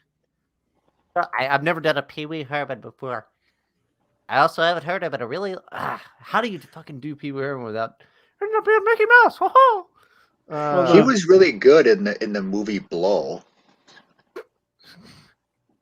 Blow's a good movie, yeah. See if I can find it. This shit rules. Oh god damn it! This is one of the best. Have you seen the old G.I. Joe PSAs that they redid, but that somebody redid them so they're hilarious? Play pork chop sandwich. Pork chop sandwiches. Play pork chop sandwiches. That shit's funny as hell. Yeah, that's I've been trying to revitalize like old ass memes. Like I posted on Twitter Longcat the other day. Like, fuck this. We're going back, dude. Like, Millhouse is not a meme. Oh, the fucking cock gobbler. Fuck that. It's over 9,000. All of that shit. Fuck this. We're going back. I'm doing much the same thing. Like, I want to revive like old shock videos, like old shock sites, like that's Lemon fucking Party. Illegal now? Nope. That's fucking illegal now. Wait, dude. it's illegal? Oh, I am sure of it. Nope. I wouldn't fuck with. Lisa needs braces. Fuck. Ditto plan. Dude, it's like, It needs Frank. I mean, everyone's been. Dental plan. Last year was the year of necro memes, so yeah, I fully support bringing back old memes. Like last year, people were making jokes about Sam Hyde committing mass shootings again, which has been dead for several years. People brought back Troll Face. They even went and brought back Jesus Land from like the 2004 election. I'm just saying, dude, we need to go back to say, like, you know, it's over 9,000. Shoop to whoop. Like, let's really go back to fucking, 2000 and something All here. Rick rolling. I think I Bring back found Rick rolling. I think I found what you were talking about, Bryden. So. No, I sent it to you on Discord. You sent it to me, and then I found it independently. Before That's fine. It's not that hard to find. It's 3 fucking words. All right, here we go. So here it is. And then you got to do pork chop sandwiches. You got to do pork chop Pork sandwiches. chop sandwiches is pretty good. Cool. Oh, this is going to be good. This will be good. This was done in earnest. This is real. They put this on TV. This is crack. Rock cocaine. It isn't glamorous or cool or kid stuff. It's the most addictive kind of cocaine, and it can kill you. What's really bad is nobody knows how much it takes. So every time you use it, you risk dying. It isn't worth it. Look, everybody wants to be cool. But doing it with crack isn't just wrong.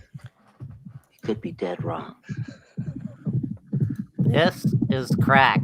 You could. I just realized the dork voice that I do is a Pee Wee Herman voice. Oh boy. Okay, you got to do pork chop sandwiches. Okay, Pork chop I'm glad you guys enjoyed it because I couldn't hear a word of that. It was hilarious. It was hilarious. I'll hear it. This is crack.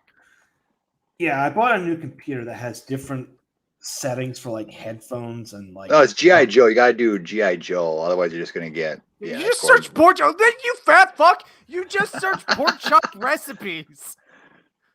There we go. This is it. Yeah, that first one. It's fucking. Yeah. That was great. There's a whole bunch of these. There's Old like. one, 15 years ago. Hell yeah. You're not cooking. Yeah, dude.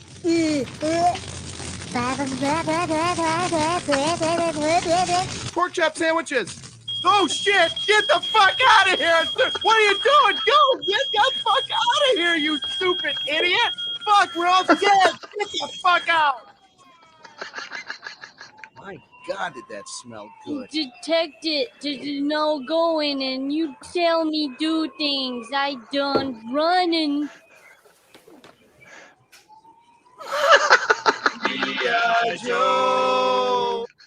Oh man. See, this stuff has to come back. This kind of stuff has to come back.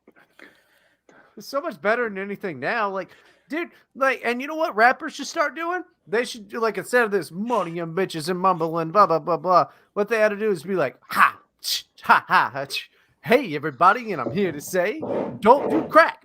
Listen to my friend, Pee Wee Herman. Pee Wee's dead. Okay. I'll have to look at those after show because again, I couldn't hear a single thing. I'm glad it worked for everyone else though. So we're gonna figure. And as for everyone, it's like Cowboy Rollins, like, oh, types in pork chop recipes out of habit. Yeah, look, pal, I'm drunk. Okay, I'm drinking something Russian. I can't even pronounce this. So fat. I just love that you're so fat. You were like recipes, right? You're like pork chop. You're like, fuck.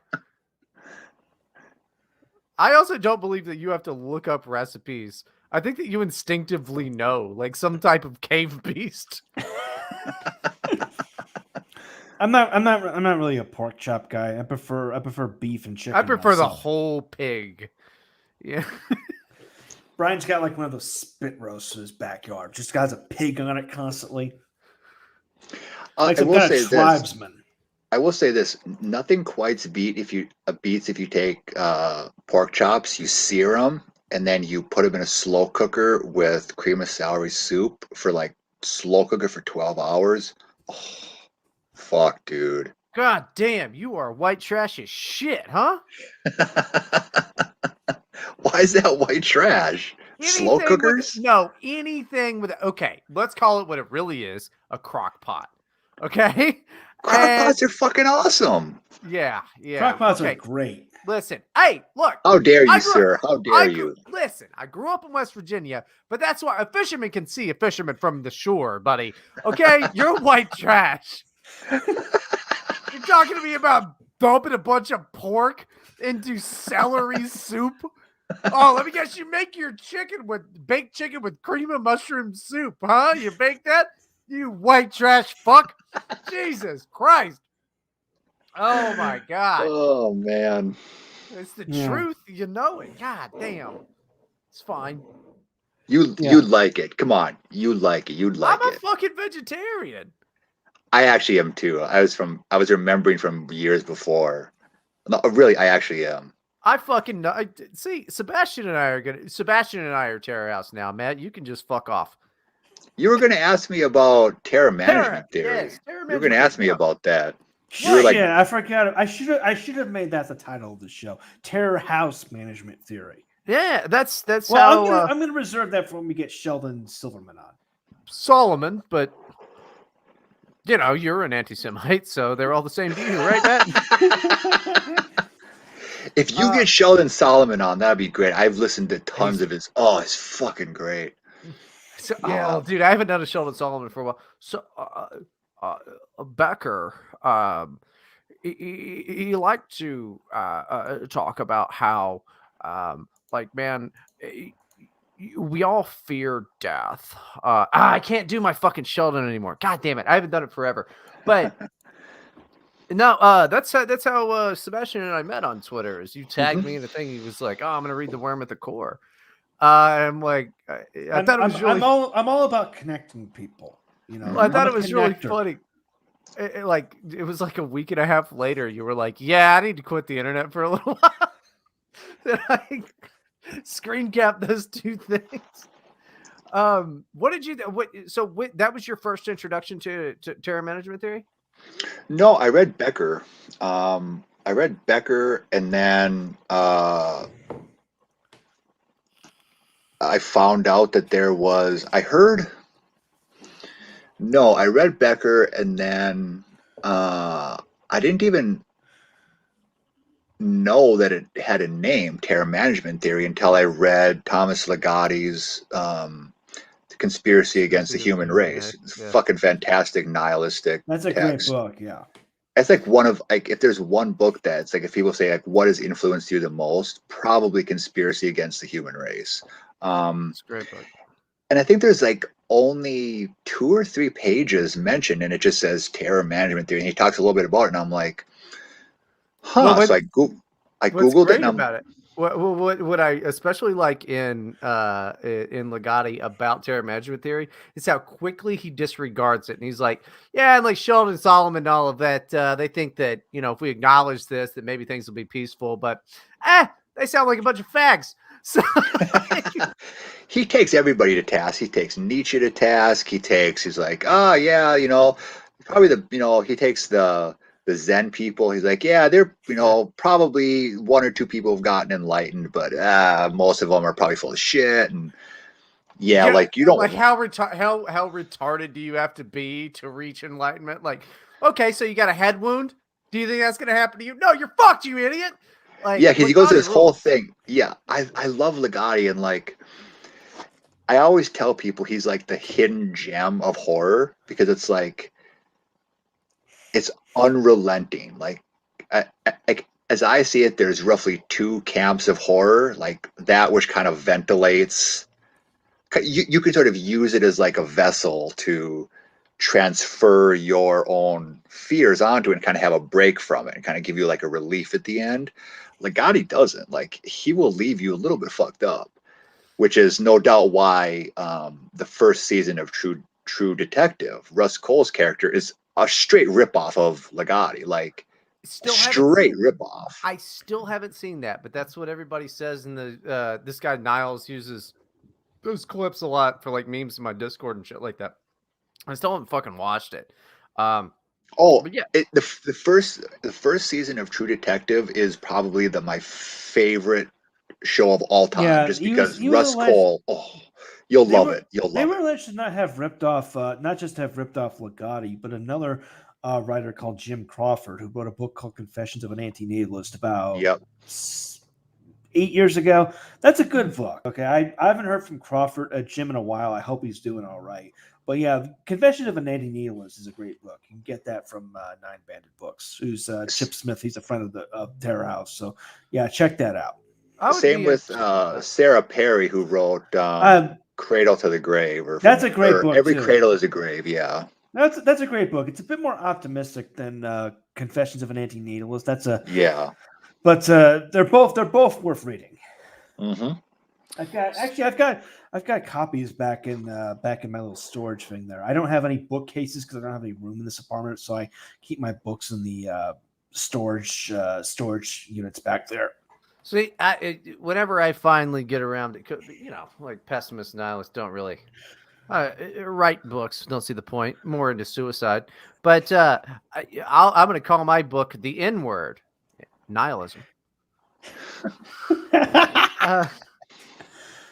But I'm drunk. I found that way more amusing than I should have. It's pretty good. Also, it's a joke that I've told you like 4 times. So, but yeah, no. So you got into Becker. Fucking love Becker. Worm at the Core is fucking incredible. Mm. Now the way that I look at it is applied pessimism. This idea that like our entire motivator behind life, because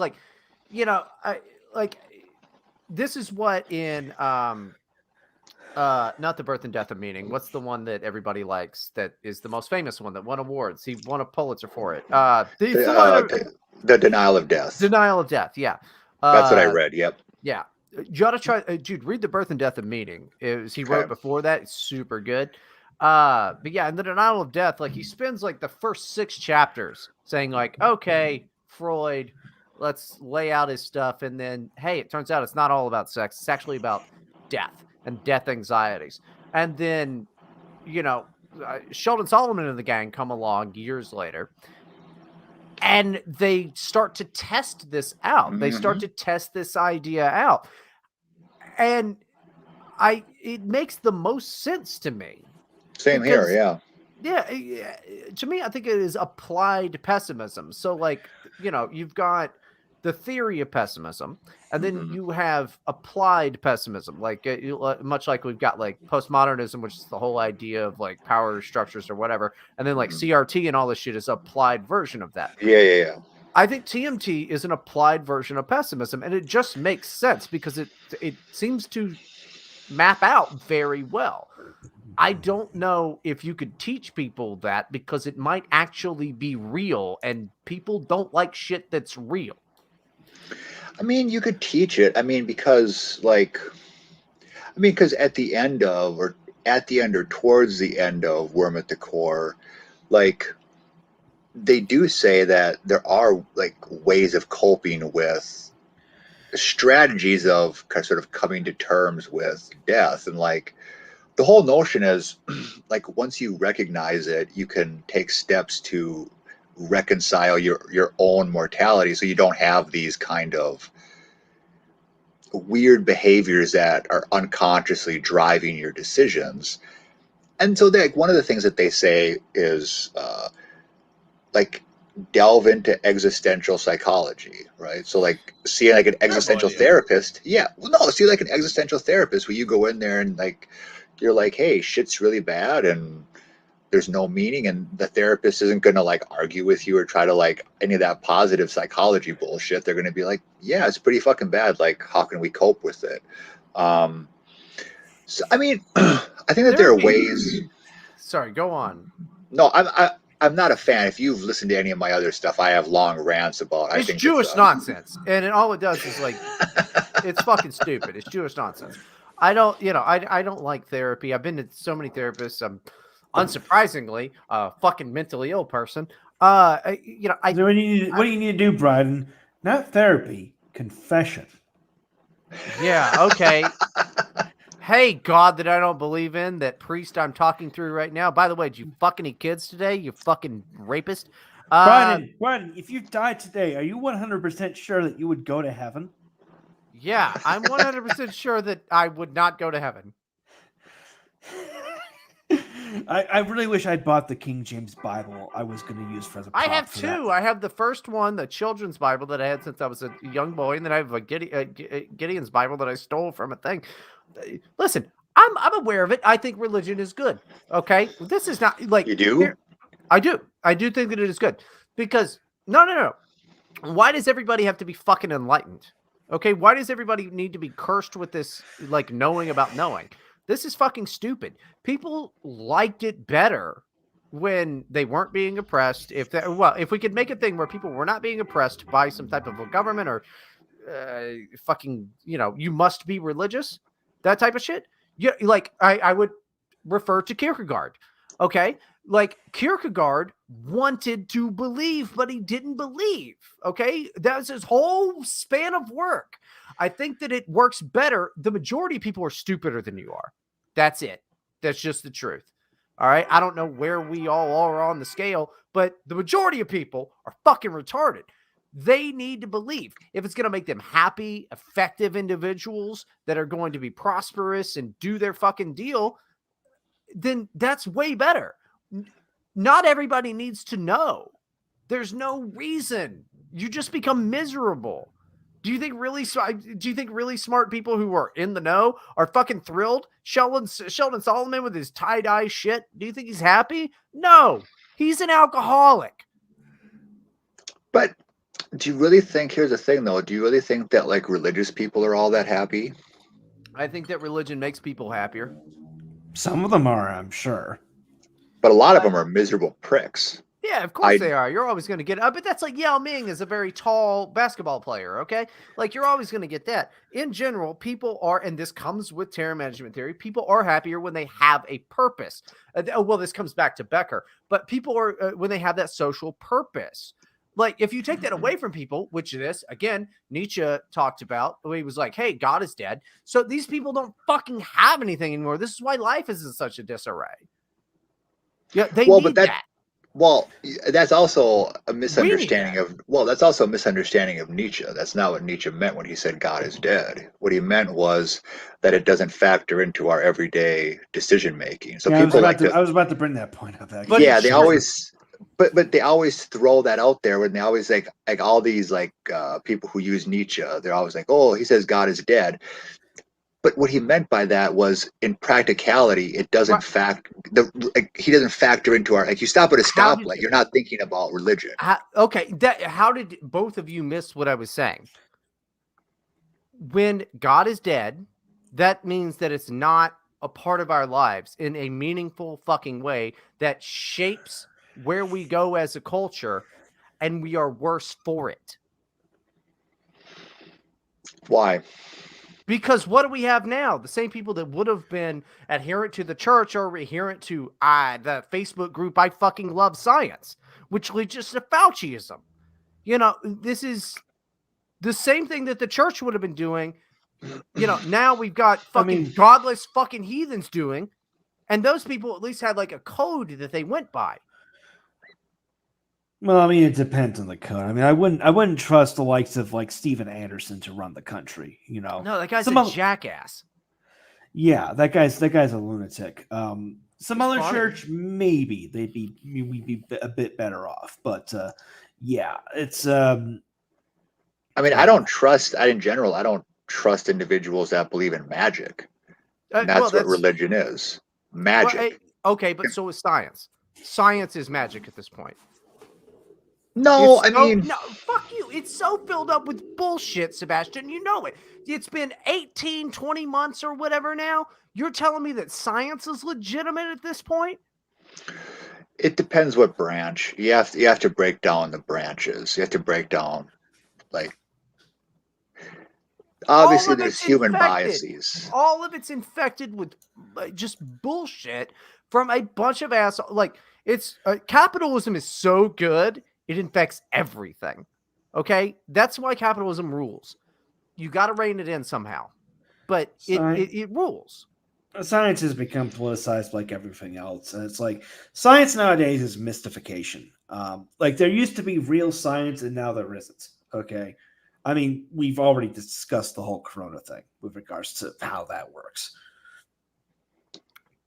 It's just what we've done. We've replaced God societally with fucking science and the secular shit, which is, like I was saying, what Nietzsche meant when he said God is dead, and like you guys agreed. So don't disagree with me, construe my words or my understanding of Freddy, okay? Although I think he was kind of a whiny bitch. Oh, I understand you now. Okay, it's a horse, dickhead. Just go. Don't talk for the rest of your life, you fucking idiot.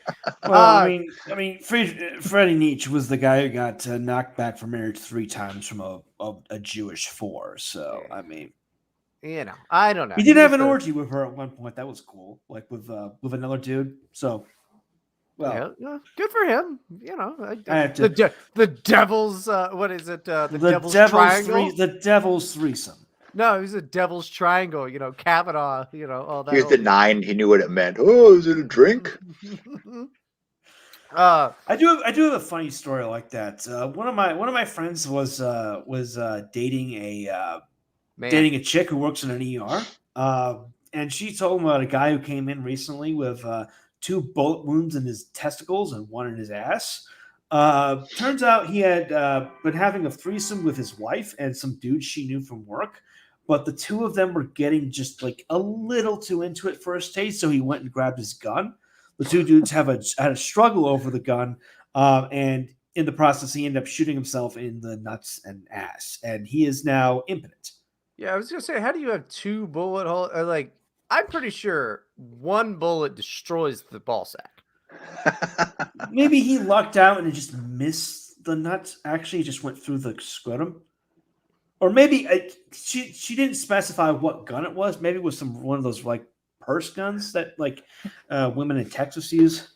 And all of this could have been avoided if we just had God in our society. Is what I'm saying. Like this is we could have done a whole show on this. I don't see how you don't view like a communitive identity which is structured as a positive. I think this particular one could have been avoided by just not agreeing to have another guy have sex with your wife, but and again, God.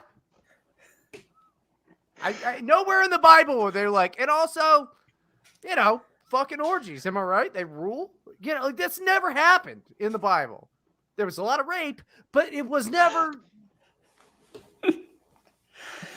Here's what's funny. Like, if you every medical professional I've talked to says that at least 2 or 3 times a week, somebody comes into the ER with some foreign object lodged in their asshole. And the first thing I think of is people.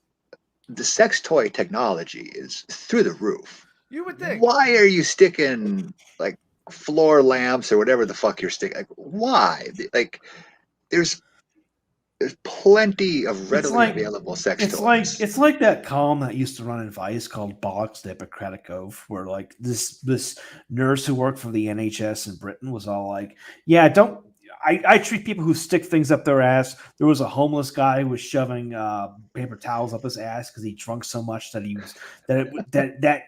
it just turned into blood and he was bleeding out of his ass. So he was putting paper towels up there. Or like there was a dude who was putting maggots up his dick and like they all hatched and formed a colony in his bladder. Wait, why was he putting maggots in his a fetish? We're going it back. Felt good apparently. Like he was like. I want to explore this more. I want to explore this in depth. I'll bet you do. But we're going to go back to the terror management theory thing. We'll go back to that because that is not sticking maggots up your penis. Jesus, what was your favorite part about the fucking god damn it? Right. Just, I mean, they got like I'm picturing the little black Jesus fucking Christ. I hate this podcast. It was horrifying to read about, but now it's funny. When I read it like 20 years ago. No, it's nasty. It's nasty as shit. And this is why you need the government to, I don't know, find those people and get rid of them peacefully, though. Peacefully. Deport them to somewhere else, like San Francisco. But where do you, what drew you towards terror management theory? I mean, I swear to God, if you say it was the maggots, I'm going to fucking freak out. Oh yeah, it was the maggots, totally. No, I mean, I'd read Becker and I didn't know that it had a name. And then I read Ligotti and I found out it had a name. And I'm like, Well, oh, this is. It didn't It's have the a same. name. Well, it's the same thing that drew me to like antinatalism. So like I was always somebody who thought like existence is pretty fucking horrific. You shouldn't have kids. And then I was going through the library and I saw David Benatar's book, Better Never to Have Been. Yeah. And I was like, this sounds good. And I picked it up and it just like, it's one of those things where like, it just like hits you. And so I think what drew me to terror management theory was I kind of always had like in the back of my head, this notion that like, after I read it, I was like, yeah, like death denial or death postponement or death fear really does seem to drive a lot of what I do. Right. And it explains a lot. It seems to explain a lot of human behavior, even going back to like connecting up with like in the Eastern traditions too. So like when I listen to Alan Watts, like he'll say like human consciousness comes at a major cost, which is like we have the benefit of knowing, of being able to plan for the future, but like we also know that like unlike other animals that might see a dead animal, they'll just see it and be like, oh, and walk by. They're not aware of their own mortality. Like we're in the unique position of being able to like see something dead and being like, and since we have that higher order consciousness, being able to say, oh, that thing can be dead. I can be dead. I will be dead someday. And then of course that's sort of like frightening. I still haven't figured out, here's what I still haven't figured out exactly why like it is frightening, because from my perspective, like death is just going to sleep, right? So like all of us essentially die every night. It's not but wow. I mean, we're getting into like kind of like mortalist territory. As far as the idea of like death is going to sleep. I mean, essentially the experience, I mean, experientially, there's like no experience. Like if you don't dream, like you basically are in the same state as being dead. So I'm like, why is that fearful? Like, why should I fear that? But for some reason, I don't know. Here's the thing. One, it's likely because people are generally happier than you and I are. So they enjoy being awake. But two, just to like it's inconceivable for people to not wake up, because it's not like going to sleep, because when you go to sleep with the assumption that you're going to wake up. You don't go to sleep and think, well, you go to sleep and be like, I gotta be up at whatever. So you're not having the same experience as if you were to like do the new Sweden 3D printed suicide pod, because that you go to sleep, but you know you're not going to wake up. So that's a unique experience. That's completely different. Yeah. I don't know about totally different. I mean, it's slightly different only because we're aware that we're going to wake up, but being in the state of sleep is the same as being in the state of being dead. Well, I mean, assuming you're not dreaming, right? Assuming you're not dreaming, it's just it's a non-experience, and so it's but like we also I agree with you, and I hope that that's the way that it is. But we also cannot know that. There's no way that it is provable that that's what it is. I hope that that's what it is. I mean, eternal recurrence sounds like the worst thing in the entire world, right? That's actually a fear of mine. I fucking same. want to fucking Dude, come back. Same. Dude. Holy fuck. It sounds awful. But dude, we gotta hang out more. You fucking rule. But You're cool like, too, dude. Like yeah, like when we go to bed at night, we do think like, all right, see you in the morning. But when you go to bed to die or whatever, I mean, it's that you're not waking up, so it's different.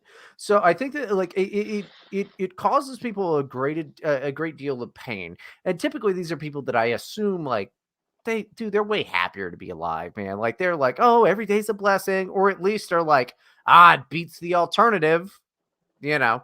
Uh People don't typically like the greatest line in all of the conspiracy against the human race was at any given time you can find more active cannibals than philosophical pessimists. And that's the truth. You know, it's a seldom believed and seldom followed philosophy, you know. It's a novelty for most people. They're Probably. like, It's yeah, like I for kind of most people, it would lead to them committing suicide. right. And I think for most of the ones it does, you know. I don't see, but I don't think that it would. Like that's always kind of been like a weird thought to me. It's like why it would drive somebody to commit suicide. Oh, Like you're going with the Emil Chiron type of thing? Like it's always too late to commit suicide? not that it's always too late, but just like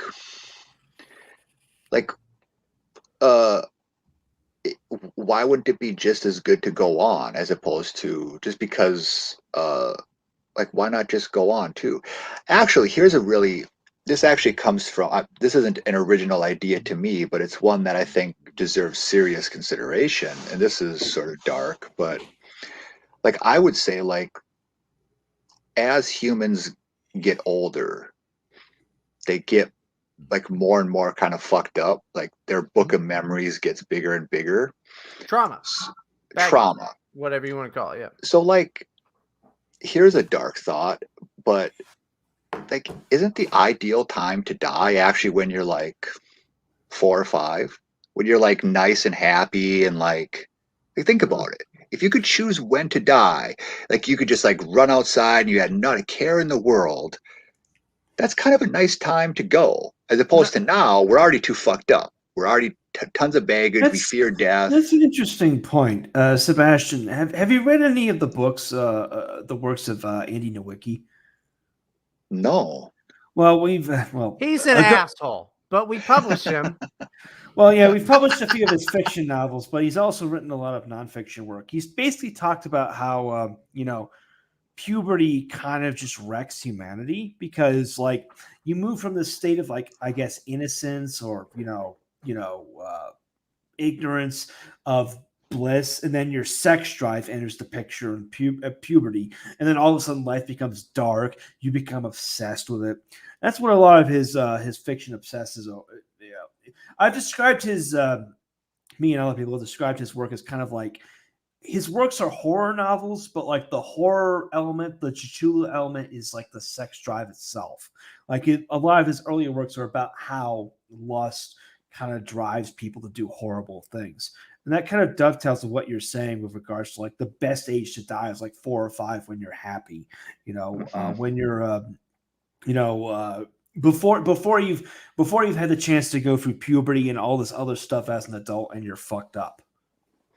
Yeah, like what's really interesting, like the one of the really neat parts in Worm at the Core is there's a section in it called Sex and Death Are Twins.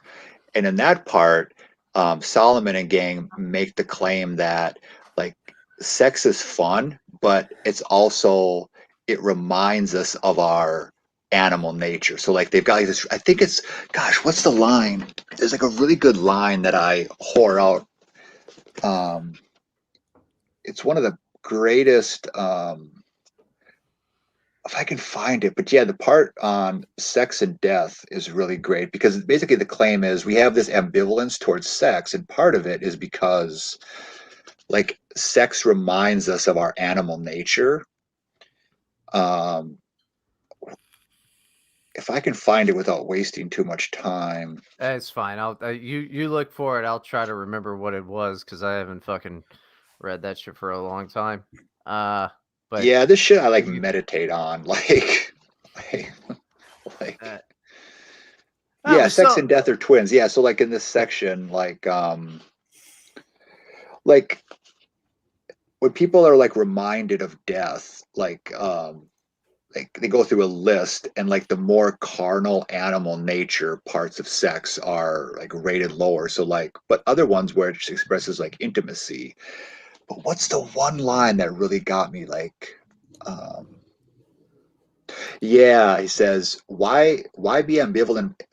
Why be ambivalent about something so pleasurable? According to Ernest Becker, it is because sex is of the body, and the body is of death.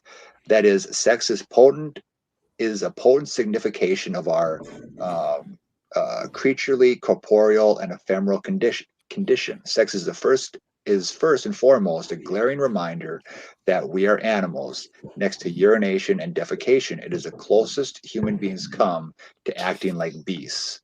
Anyone who has been to a zoo, farm, or dog park would be hard-pressed to deny the unmistakable visual, auditory, and olfactory similarities between themselves enjoying a proverbial roll in the hay and barnyard animals taking a literal roll in the hay. It's just fucking great right there. Well, it's just the damn truth. Like It is. It just seems like the most logical thing without getting all spiritual and stuff. Because I've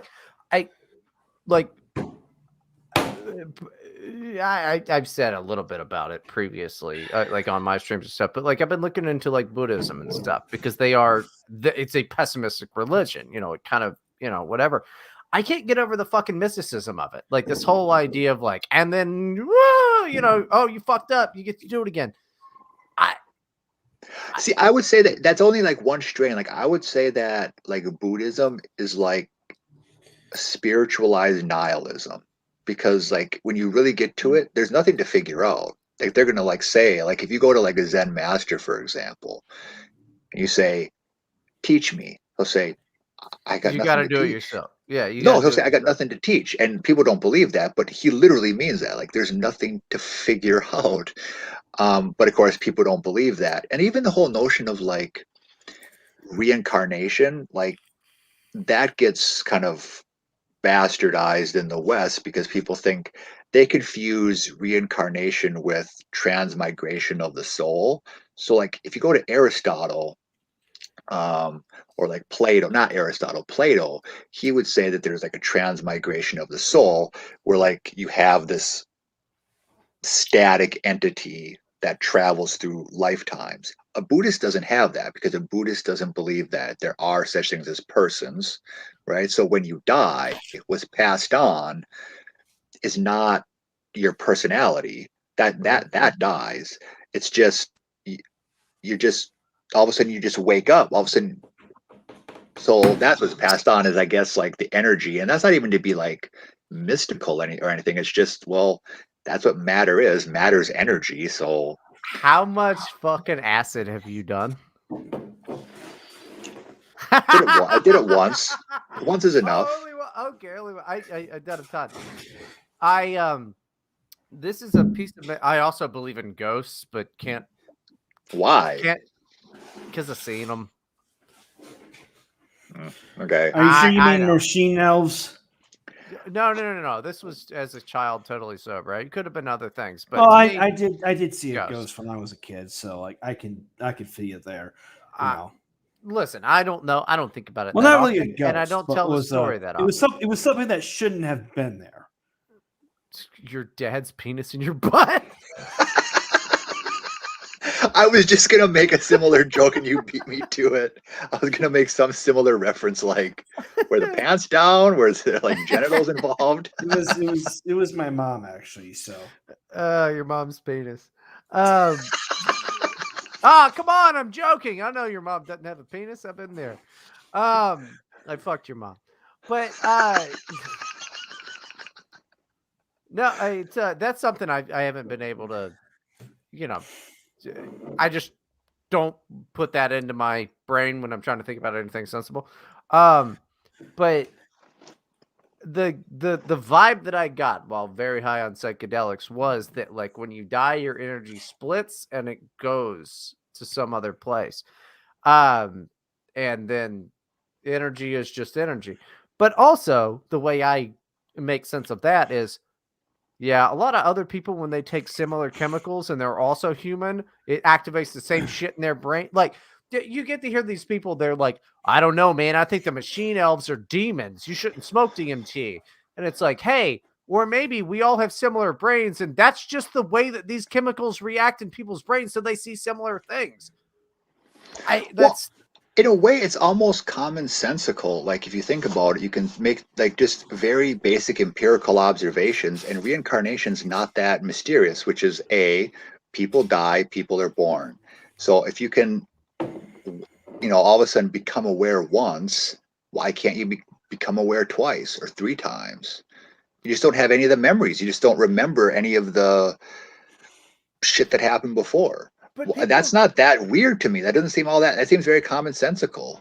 But I mean, people do claim to have like past memories and things like that, but this is usually, they'll be like, oh, there's a few weird instances and there's documentaries made about them and shit like that. But like, that's like, okay, that's 1 in millions of people.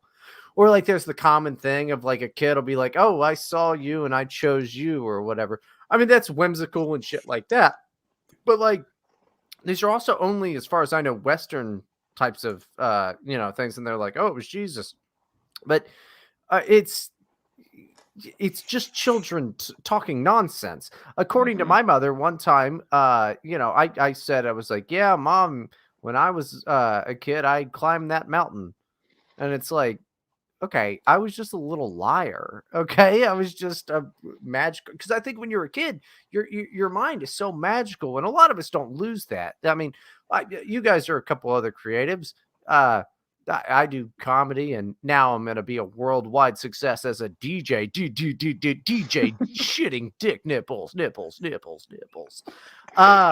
my whole thing has been comedy, and that's how I get up my stress. You guys are writers and all of that. So some people lose more of that creative little brain, and like others lose it entirely. But like kids are just like constantly making up shit in their fucking heads, So yeah, occasionally they say some weird shit like, oh, I recognize this person from a photo, and they get something right. And then it's like, all of a sudden they're a little preacher.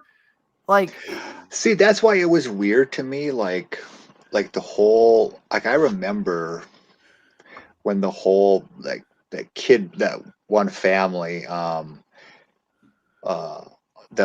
Malarkey family, what a great name for religious hucksters, when it was the boy who went to heaven, right? And then it came out that he just made that shit up, right? He just like made that up. And like when I read, like when that came out, I'm like, when that book came out, I worked at a bookstore, and I'm like, listen, I was a kid before. I'm going to say shit for attention. You say shit to get attention. Yeah. And like, well, especially little attention, creative folks, like little attention whores like ourselves. I'm sorry, dude. I'm probably the biggest attention whore on the fucking panel tonight. But like, you were a little attention grabber. I'm sure of it your whole life. All kids are, yeah. Yeah. Look at me. Look at me. Yeah. Because you're creative. Matt was being a little. He was like, the rest of the kids were running around going, "Look at me." Matt was sitting there with a couple popsicles, going, "Look at me, look at me." I'm surprised neither of you have commented on the fact that I've been cracking my beers open on the desk like a fucking wino. But in terms of the attention grabbing, yeah, I don't know. I thought maybe you were just unbuckling your belt. No, I lost my bottle opener. That's why I've been opening with keys on the side of my desk. No, you got to get one of these, bro. Get one on the keychain. This thing fucking rules. I got twist stops now, but check out how great this is. Watch this. This has been on my keychain for fucking ever.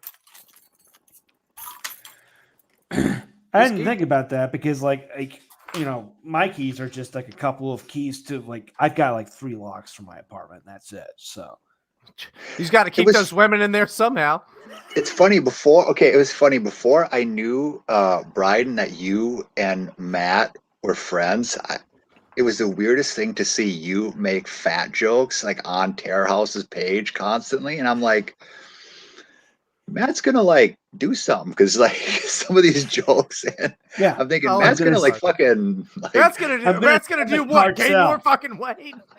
I'm going to send the cartel after you, Bryden.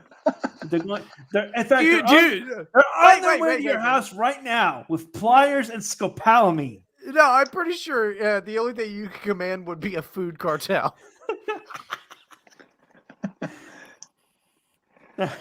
No, Is it really true about the cartel that like when if you get on their like the Sinanola, this is what I heard. Tell me if not that you're in it, but you're closer in proximity than I am, obviously.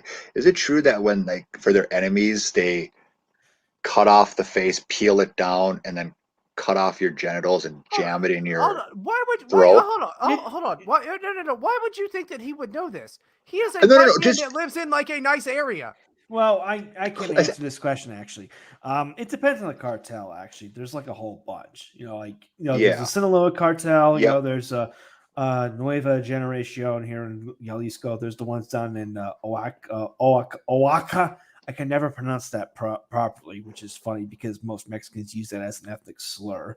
But it depends really on the cartel.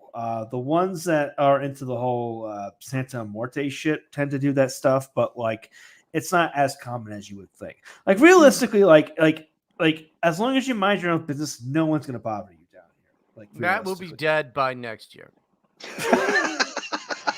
Well, I did float the idea of going. I'm probably more likely to get killed in El Salvador than here, and I was contemplating going to El Salvador next month. So, hello, everyone. We are now funding Matt Forney's trip to El Salvador. Streamlabs is open. Let's, do you want the show to be 100% more Bryden? We can do that. Let's get him to El Salvador.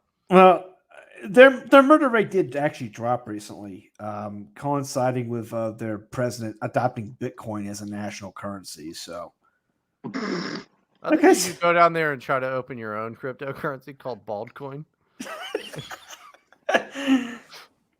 Well, I mean, I won't give away my power level, but that could be a possibility in the near future.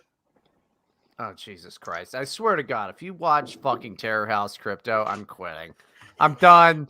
It's already a scam, folks. It's already a scam. We're already writing the white paper for TerraCoin.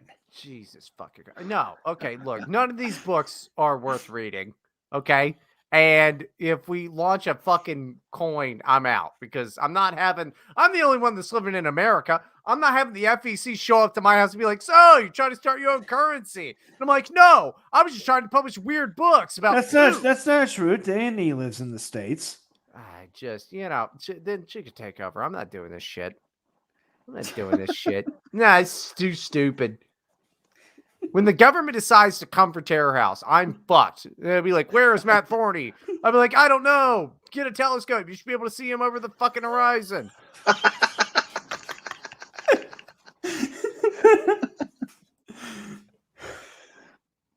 Nightmare. Good God. Terror coin. No, we're not doing that. We're not going to do anything like that. We're starting a streaming service for me to do my streams before we're starting a crypto. And it's going to be run on TerraCoin. God damn it. Yeah, that way everybody who donates, I get nothing. They're like, oh, thanks for the nothing. That's cool. Why don't you guys invest in nothing? Just go buy Benjamin Welton's fucking book. Somebody, please. Nobody's buying it. For some unknown reason, cryptocurrencies are like super popular among anarchists and libertarians. Like they're you mean stupid people buy stupid shit? Wow, yeah, Sebastian. They are. These were. You know what? I'm not sure if we could track it back, but I'll bet we could see a ton of libertarians buying fucking Beanie Babies. We're the dumbest group ever, dude. God damn. Bunch of idealists that are like, well, I don't know. Everybody just do everything. You mean that was a bad idea? Fuck. This is what, for just pragmatism's sake, I have to become a fucking fascist, okay? Because it's just like, fuck it, at least I'd be in a winning team. It's like I've been on the goddamn Cubs forever. Didn't the Cubs win the 2016 World They Series? did, so I should have said the Cleveland Browns.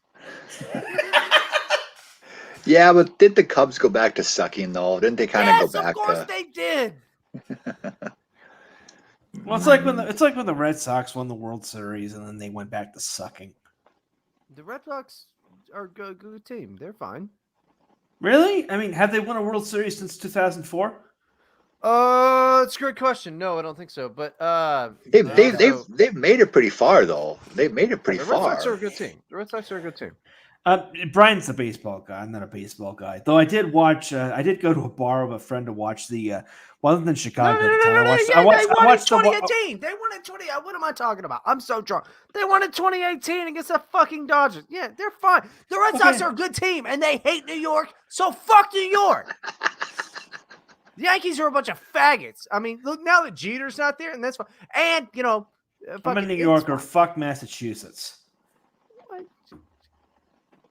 Fucking bars there close at 11 p.m. I get so tired of doing this podcast. You know, I don't need this show, Matt. I got my own gaggle of fucking retards that follow me around everywhere I go anyway. You know, Cozy TV's knocking down my door, Matt. I can have the whole U.S. government watching my live streams, buddy. You're really eager to be sharing space with the likes of Ethan Ralph. Dude, Ethan Ralph rules. All of those people rule. Okay, yeah, true. To be fair, he is awesome. He's fucking the Jerry Springer of the fucking internet, dude. He's awesome, dude. He slides out of everything. Brian, Child support. Fucking, Brian, you know. You should. Well, I you don't know should get anything on about that, but you ought to get on Joey Diaz's podcast. Joey Diaz is fucking great. Oh yeah, let me just call up Joey Coco Diaz, who's a regular on Joe Rogan, and be like, "Hey, why don't you have me on? Why? Oh, Sebastian Vice said so." We're all going parabolic, dude. Like Terror House breaks big in 2022. We've already broken big. We're gonna be even bigger. No. Well, this podcast won't. This podcast. Think about this, Brian. Think about this. The worst he can say is no, or he'll probably, in his language, go fuck yourself. But whatever. I'm pretty sure the worst that can happen and the best that can happen is no response. Maybe. Okay. It turns out that you can't just tweet at celebrities, "Let me come onto your podcast." It's a weird thing, but it turns out it doesn't work. Have you tried it? Yeah. Who did you tweet at? Who did you? I don't know. I was making it up. I was hoping you wouldn't fucking call my bluff on it. Just try it. That only works with chicks, and only if the goal is sleeping with them. Yes, tweet at them. Yeah, tweet an insult, and 3 weeks later, you'll be inside them. Yeah, I don't think that's the way that Twitter works, but maybe I've just got the wrong version of Twitter on my phone. I don't know. But I don't know. I mean, yeah. Look, I don't know. All I'm saying is the internet needs to be dismantled immediately, and we should all return to an agrarian society. No person should go more than 10 miles outside of where they were born.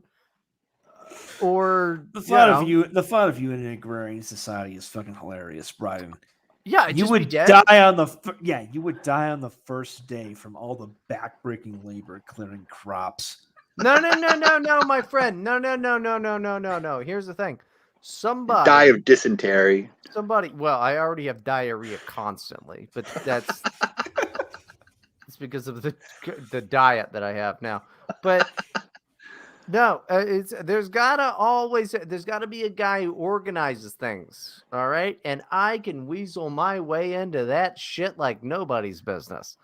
All right, I'd be on the porch. You're like, "Massa, they ain't working hard enough." Like, I will figure it out. You can be the Jeremiah Think of this agrarian society. You know, circle it back to like discuss the stuff we discussed later in the earlier in the podcast. It's like a circle, an Ouroboros. It's called a callback. Yeah, an Ouroboros. And then until the workers rise up and they burn your mansion down with you inside it. Oh, the workers never rise up. Be a slave uprising and lock you in your house, set it on fire. The workers never rise up. You can shoot the workers up with all kinds of fucking experimental drugs, and they never rise up. That's what I've learned. Osho's dead. Osho's fucking dead. The world is so bad. Damn it. Like, all of these motherfuckers, all they want to do is just stay alive. Back to TMT. All these motherfuckers want to do is just fucking stay alive. You said, like, everybody loved Scott Adams in 2016, and now he's just a scared old man. You know, you remember what a badass fucking manufacturing consent. Why can't I remember his name? What's Chomsky. Chomsky. Oh, what a badass Chomsky. Now he's like, if they don't want to have the vaccine, then we should kick them out of society. Like, society is his to kick me out of. Fuck you. Die, you old bitch. Fuck you. Like, fuck him. Fuck him. It's not. This is the left's problem where they have this idea that they think society is theirs. It's mine. I'm part of it. So basically, Bryden, you own everything and everyone else is going to be unhappy? Yeah, if I had it my way, you bet. Society is equally mine as it is Chomsky's.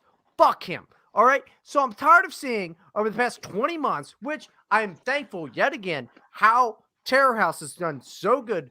Matt and I have called this from the beginning. I remember being so happy when Matt sent the thing. Look, it's the fucking flu.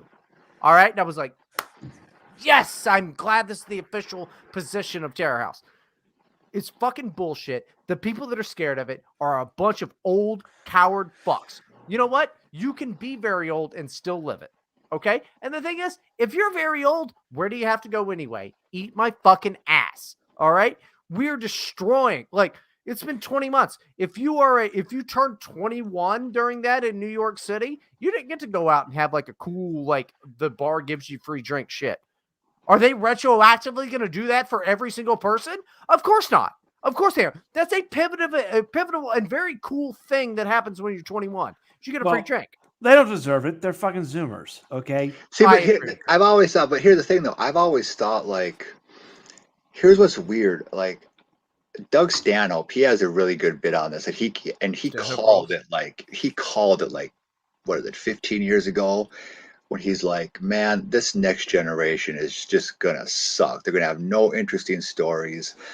Like, this is, like, part of the problem is, like... Okay, no. Well, part of the problem, decent show, Dave Smith. Part of the problem is, like, I always want to hear, like, the scandalous shit that, like, Zoomers get up to. Like, when I was younger, like, the drug stories, the sex stories, and I just don't get that. I'm like, the most scandalous thing that Zoomers do is cheating at Fortnite. Dave Smith, or not Dave, Doug Stanhope was talking about us, though. So he was kind of wrong. He was off by a generation. He's Gen X. We're millennials. Yeah, he was talking about us. We have good stories, most of us, but... Dude, I've been wanting to do a half an hour podcast thing of just telling the crap that I got up to when I was young. Dude, when I was a youngin', I used to sell drugs and fucking, just crazy crap. You've told me some insane shit, Bryden, and I told you some insane shit I did when I was in my 20s. These kids don't do this shit. I hitchhiked across the country when I was 23. Wait, 23, 24. Yeah, it was in 2012, so I was 20. I turned 24 that year, yeah. I mean, that was wild shit. Obama was in the office, it was a wild time. A black man was running the country. It was chaos, really. I got fucking held up by cops with guns pointed at me. They were like, "Sir, you're too gay." I thought you were going to make a fat joke. Here, sir, you're too fat. I thought you were going to say that. Well, actually, what happened was they thought I was suicidal. So their remedy for that was to point their guns. They just looked at you and were like, clearly that guy wants to kill himself. He wants to kill himself. Let's kill him before he kills himself. Yeah, it's a wild idea that they were like, And that happened outside my hometown on day fucking 1. day 1, Obama is in office, January 20th. Day They were 1, like- I'm hitchhiking across the country. The cops tried to kill me. Literally the worst fucking thing that could happen to me on that trip happened on day 1. Jesus. Well, there was also the part where I got deported from Canada, but that was kind of expected in retrospect. Because What were you getting up to in Canada? Because he punched the Queen of Canada in the I face. walked across the border and tried to gain entry because my idea was I was going to hitchhike from Montreal back into the States, and they were like, "Oh, we can't let you in under suspicion of being an illegal alien." The funniest part was when they handcuffed me, but they made a point of like, "Oh, we're going to make these handcuffs as loose as possible." Like we have this. Sir, we don't have handcuffs that can fit your fat fucking wrists. The whole point was like, oh, we have to do this. We don't really want to, so we'll just make the handcuffs as loose as possible. We don't want to be around you, actually, but it's by law we have to.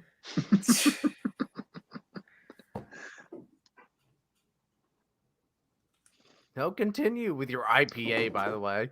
Gross. Fuck you. Fuck you. IPAs are so nasty. IPAs are awesome. Ugh. What are you drinking? Some fucking Budweiser? Some fucking Budweiser. I agree that it's shit, but like you're sitting there like you're drinking an IPA, like, yeah, this is a fine beer for me to drink. I'm drinking this because it reminds me of Chicago. It's Lagunitas and it's bad. No, it's Lagunitas and it's good. Oh God, Lagunitas has never made a good beer. The whole place should be. We should put it in New Zealand and then bomb it. That's a fucking shithole brewery. Are you really drinking Budweiser? Yeah. What's your snooty problems, Mr. Crockpot? Well, there was a story that I read about a guy who was trapped in a Budweiser brewery and he resorted to drinking his own piss. Well, so that was a story and not real.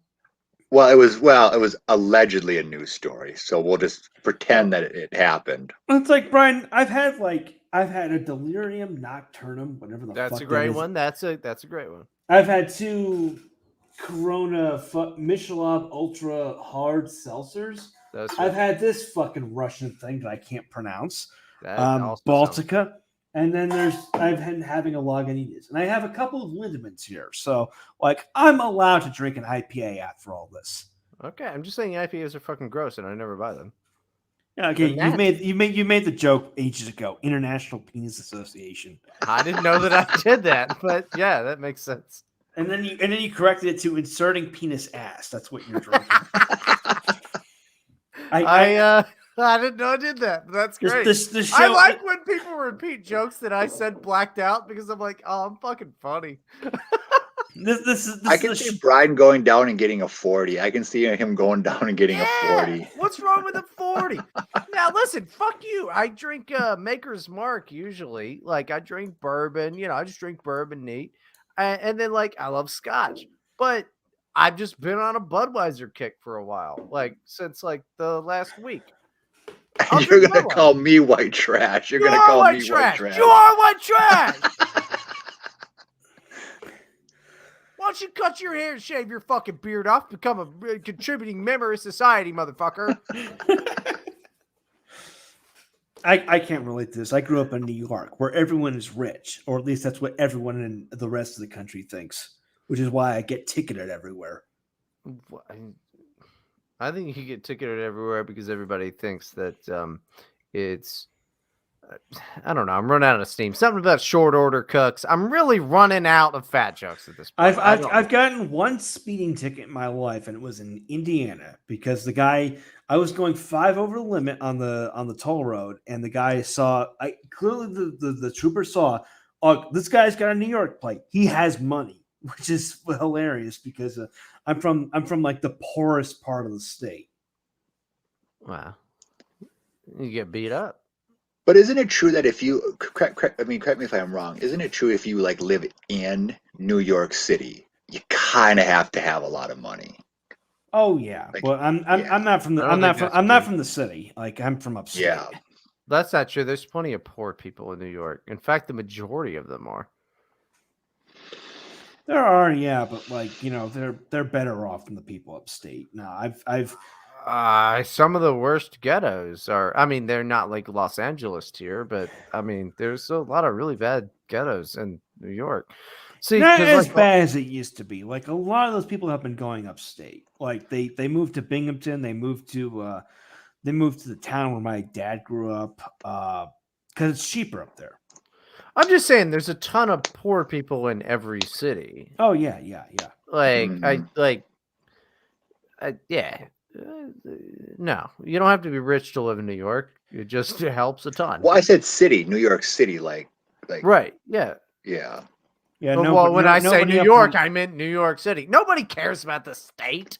That thing doesn't fucking matter. When you go, oh, it New is. York, It is. it's like, It is funny though. It's like it's something that's benefited me like abroad because nobody can distinguish between New York the city and New York the state. So when I say I'm from New York, like, oh, you're from New York City, that's awesome. It's like, no, I'm actually from some shit town upstate but that collapsed because as a result of NAFTA. So.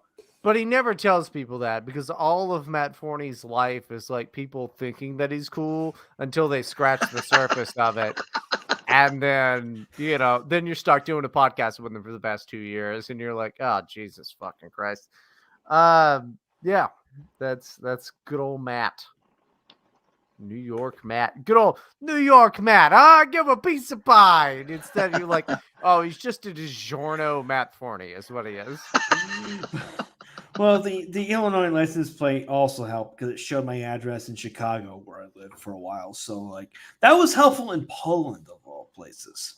Because like everyone just carry your license plate with you. What is this story? Where does this go? It's fucking a driver's license.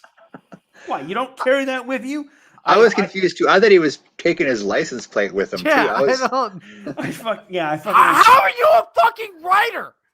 I unscrewed it from my 2003 Camry and just took it with me to Europe. I'm still trying to make fat jokes. And I'm like, how do you make Camry into something about food? 2003 entree. I don't know. I'm running out of steam. It's been 2.5 hours. Maybe we should wind it up. It's been a good show. You're fat and bald. You're fat and your haircut is retarded. So no, I do need a haircut pretty bad. I'm starting to look like Tucker Carlson on his off days. It's no good. Have you seen his hair recently? It looks awful. Oh yeah, you kind of do look like Tucker Carlson now that you mention it. Hold on. You just need the fucking bow tie, the little kid bow tie. I had more than that for a while. Who are these missing rapists? No, yeah, it's exactly the Outcast, yeah. But like, yeah, if we're gonna wind down the show, but yeah. Sebastian, is there anything else you want to plug? I've got everyone should go buy the Recalcitrant Stuff of Life and In Filth It Should Be Found. You can get those at Amazon or on the Outcast Past website. Anything else you want to plug, Sebastian? Let's see. Well, I got my 2 pieces that I got in Terror House, so check those out. That you were gracious enough to pick up. Well, let me throw. Oh fuck! I forgot. We have to. Well, I'll let you finish, Sebastian. We do have to go for the Streamlabs tips. So, but yeah, sorry. Yeah. No, I've got that. I've got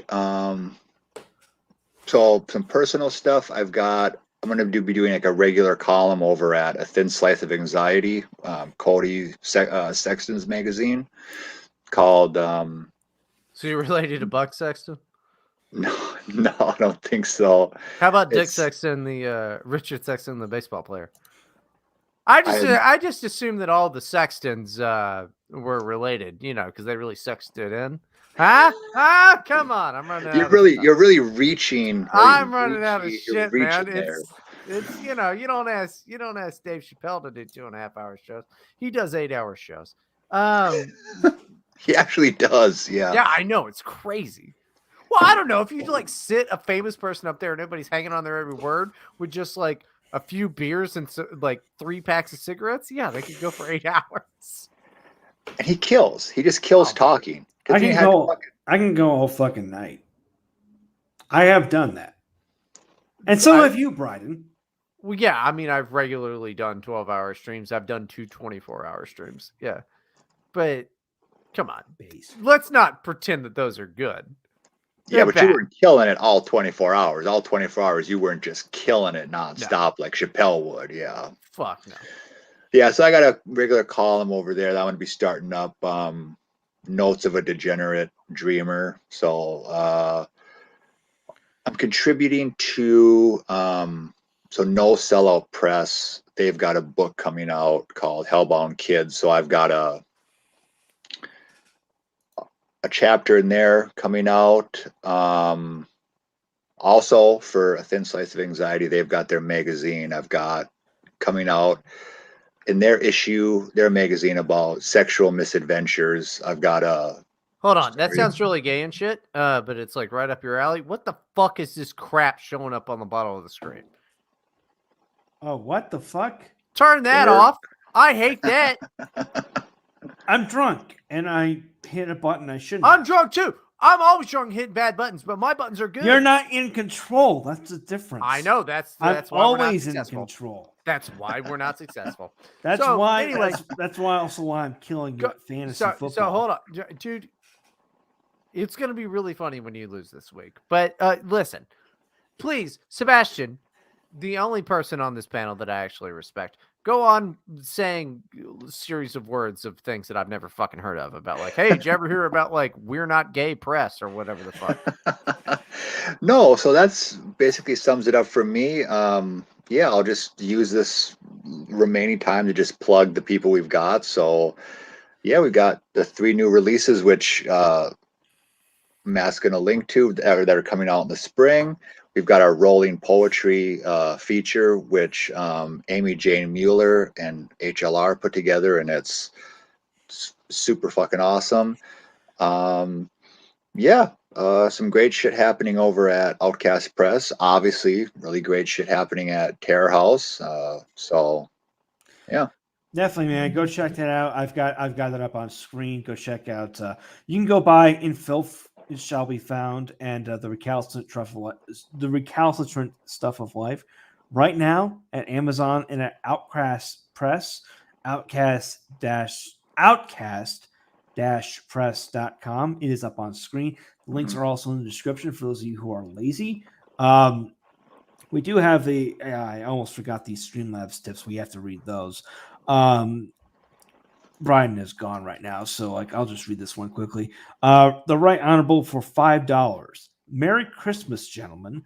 The U.S. government only cares about the complete scum who refuse to take care of themselves or the corrupt donor class. Well, yeah. I can't disagree with that.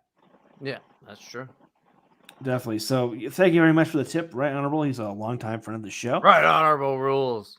He's a cool guy, yeah. And that's it for Streamlabs tips. Brian, anything you want to plug? Yeah. So if you're listening to this live or in the morning, it's like Christmas weekend, tomorrow, I think I'm gonna do probably some game stream thing or whatever. There's this game Maze, which is like a comedy horror game. And then obviously I'm probably gonna do the normal Saturday one, where I call everything fucking gay. But there will be during that, I'm going to play Irony of Nightmare like I do every year. And then I have a new one, Krampus is Home. So another cool, hopefully cool, horror Christmas game. And what's that game you were shitting on earlier that I actually think isn't that bad? That could be so many games. No, it was a horror game, and it's actually not bad. It's not bad. It's actually not too bad. Broken. It's completely broken. It's a broken fucking piece of shit. It's a horrible game. I'm playing it on Xbox, and it seems to work fine. It's not bad. It's not bad. The PC version, at least, is fucking broken, and everybody who claims to like it is not very good at video games. Well, it's PC games are always broken to some extent. I wouldn't say it's like I wouldn't say it's great, but like it's frustrating just because you have to like look so much shit up to be like, well, what the fuck am I supposed to do? Like, Well, you shouldn't need to do that. And that's not the issue. The issue is that it's actually, I don't want to say physically because that's the wrong term for it. It's literally just broken. Like I thought, wow, this game's getting pretty weird when I'm allowed to just like go through walls. Okay. I'm allowed to like go through walls. I had the recording on the D-Lite, but it's been long enough because I'm not playing that fucking game ever again. It's fucking broken, man. Like you're supposed to go straight, but I went left, and then it's just I'm looking at the game field, and like it's fucking horrible, dude. So they dumped so much money into that crap. It's a fucking broken ass game. I'm not gonna finish it. I don't care about it. Vidges can kiss my fucking ass. That game stinks. All right, it's dumb. It's a dumb PT ripoff anyway. It's dumb. I know horror games, and the only good horror game is Outlast. All right, so I got Outlast 2 on not- my list. Outlast I got 2 is Outlast 2 incredible. on my list. Yeah. It's so good. Bioshock isn't a good horror game. It's an action horror game. It's completely different. Okay. What do you think about the new Resident Evils? The new ones. The I haven't- new one. Well, I haven't played 8 because my processor won't run it. 7 was incredible, and Yep. I haven't bothered with the remakes because they're fun games, I'm sure. Yeah. There was a period when Resident Evil was really sucking bad. Like, yeah. like, Oh yeah, like 4 really and bad. 5. Yeah, 4 and 5 were awful. 6 Wait, you was don't bad. like Resident Evil 4? You didn't like it? Wait, Nah. 4 was good. 5. That was the only Resident Evil game I really liked. Resident Evil 4. 7 1 was is incredible. 1 and 2 were great. 1 and 2 were great. 4 was great. 5 and beyond until they got to about 7. Just 7 is super good. really good. Yeah. Like it's a very, very good and scary game. The I only- like 7 a lot. The only Resident Evil games I could like tolerate were Code Veronica X, which I hated, and Resident Evil 4, which I liked. Code Veronica, dude, Code Veronica rules. No, it doesn't. It's a good one. No, It's kind of no. it's an old campy movie, basically, but yeah, it rules. Well, I like some elements of it. I didn't like restricted save. I didn't like having to conserve. I didn't like I'm not a huge fan of like those survival horror games in general. I like the Silent Hill ones because like the Silent Hill ones at least is interesting. Silent Hill is the most overrated motherfucking franchise in the entire world. The Fuck idea you. itself is the idea. 2 itself is good. none of the- 2 is No. a masterpiece. 2 is a That's what fucking. people. How dare you? 2 is No, a I'm sorry. masterpiece. I'm sorry, buddy. People say that all the fucking time, and it's fucking trash heap. You know, the idea of it is so good. It's like Star Wars.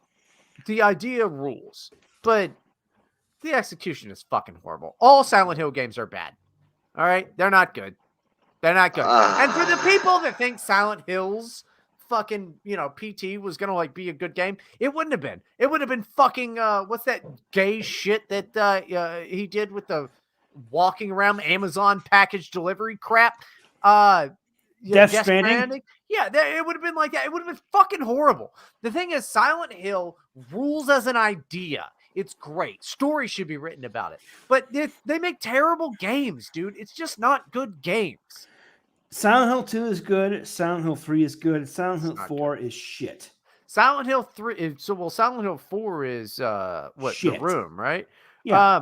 That's when they went it over to the American team. Silent Hill 3 is a piece of shit. Go back and replay it. You're going to find yourself in a room this big trying to run past something because you can't fight everything. So Silent Hill 4 was like, hey, fine, we're going to have like combat. And then it becomes overly combat. Listen, Silent Hill stinks. All right. All the games are bad. My name is Harry Mason. I'm in town from vacation. Like, dude, Silent Hill sucks. But the idea of it rules. The movies, again, disappointment. Silent Hill is so cool, but all the execution of it is so bad because the idea itself is so good. You can't. To be fair, I haven't played it anymore. since. To be fair, I haven't played it for a long time. But go fucking play it. People make excuses in Silent Hill 2 for the deadpan fucking voice acting and the nonsensical crap that it is. They're like, yeah, it's actually about his psychological blah, blah, blah. No, it's not. You were fucking 12 when you played it. It's just a bad game. You know, like, oh yeah, I can't get this key from inside this gutter until I have a hair and a fish hook. Like, it's retarded. It's a dumb game. Well, if you're going to accept those games are dumb, every Resident Evil game before 4 is also fucking dumb. I agree. With the inverted controls, like, yeah, fuck that shit. Tank controls are bullshit. The tank controls only made sense in 4 because the camera was behind you. Then the tank controls were all right. Because you could shoot shit. The whole thing is fucking retarded. I mean, like, look, because like everybody that argues with me on this shit are people that don't spend all their time only playing horror games. All right? Like, you know what is a good Silent Hill-esque horror game? Lost in Vivo. System Shock 2. No. That's not even, that doesn't make any sense. Lost in Vivo. Lost in Vivo is a great Silent Hill-esque horror game. It's a good indie game, but it's like popular enough that you're not wasting your time by buying it. It's a great game. You're looking for your lost dog in the sewer is how it starts. You know, it's a great game. It's got multiple endings, much like Silent Hill. It's very good. None of you faggots need to ever talk to me about horror games like you fucking play them or something. All right? It's the only thing I played for like the past 3 years is horror games. Parasite Eve is also pretty bad, but a classic. One thing. So like I said, I'm going to be doing the normal horror stream on Christmas. New Year's, I've got something. I am new to this. I will be doing a New Year's mix, not till midnight because I want to hang out with my girlfriend, but I've been practicing. I got this about 3 weeks ago. I'm probably going to practice when I get off of here, or at least tomorrow morning. We're doing a New Year's mix. All right. I'm going to try to DJ at least a couple hours. It's super fun and I love doing it. So that'll be on, all of this is obviously on dlive.tv/Bryden, but I'm kind of nervous about the New Year's mix because the more I learn about things, the worse I feel like I am, but it'll be good. It should be fun. We're going to get all the classics in of the hits over the past few years from the Bryden streams, Captain Jack, Caramel Dancing, Rumor, all of these, Insomnia, all of these good things. There might be some Sugar Ray in the mix. I'm still working on it. It's going to be good. A lot of classic DDR music. If you're into that, pop on by. It's going to be fun. It's going to be pretty good. I'll probably start around like 9 or something like that and go to about 11. dlive.tv/Bryden. And if you want to check out my shit, it's mattforney.com as always. Anyway, that's the end of the show. TerrorHouseMag.com, TerrorHousePress.com. Christmas sales starting tomorrow at 9 a.m. Eastern. Full Moon Reaction by Justin Jeffrey out on December 31st.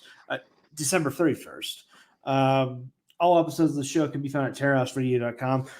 Links in the description, social media links. Terror House Radio is sometimes produced by Bryden Proctor and presented by Katya Jag. Intro music by Zero Pulse. Illegitimate Non-Cover Random. I'm Matt Forney with Bryden Proctor and Sebastian Vice, and we are gay. Out.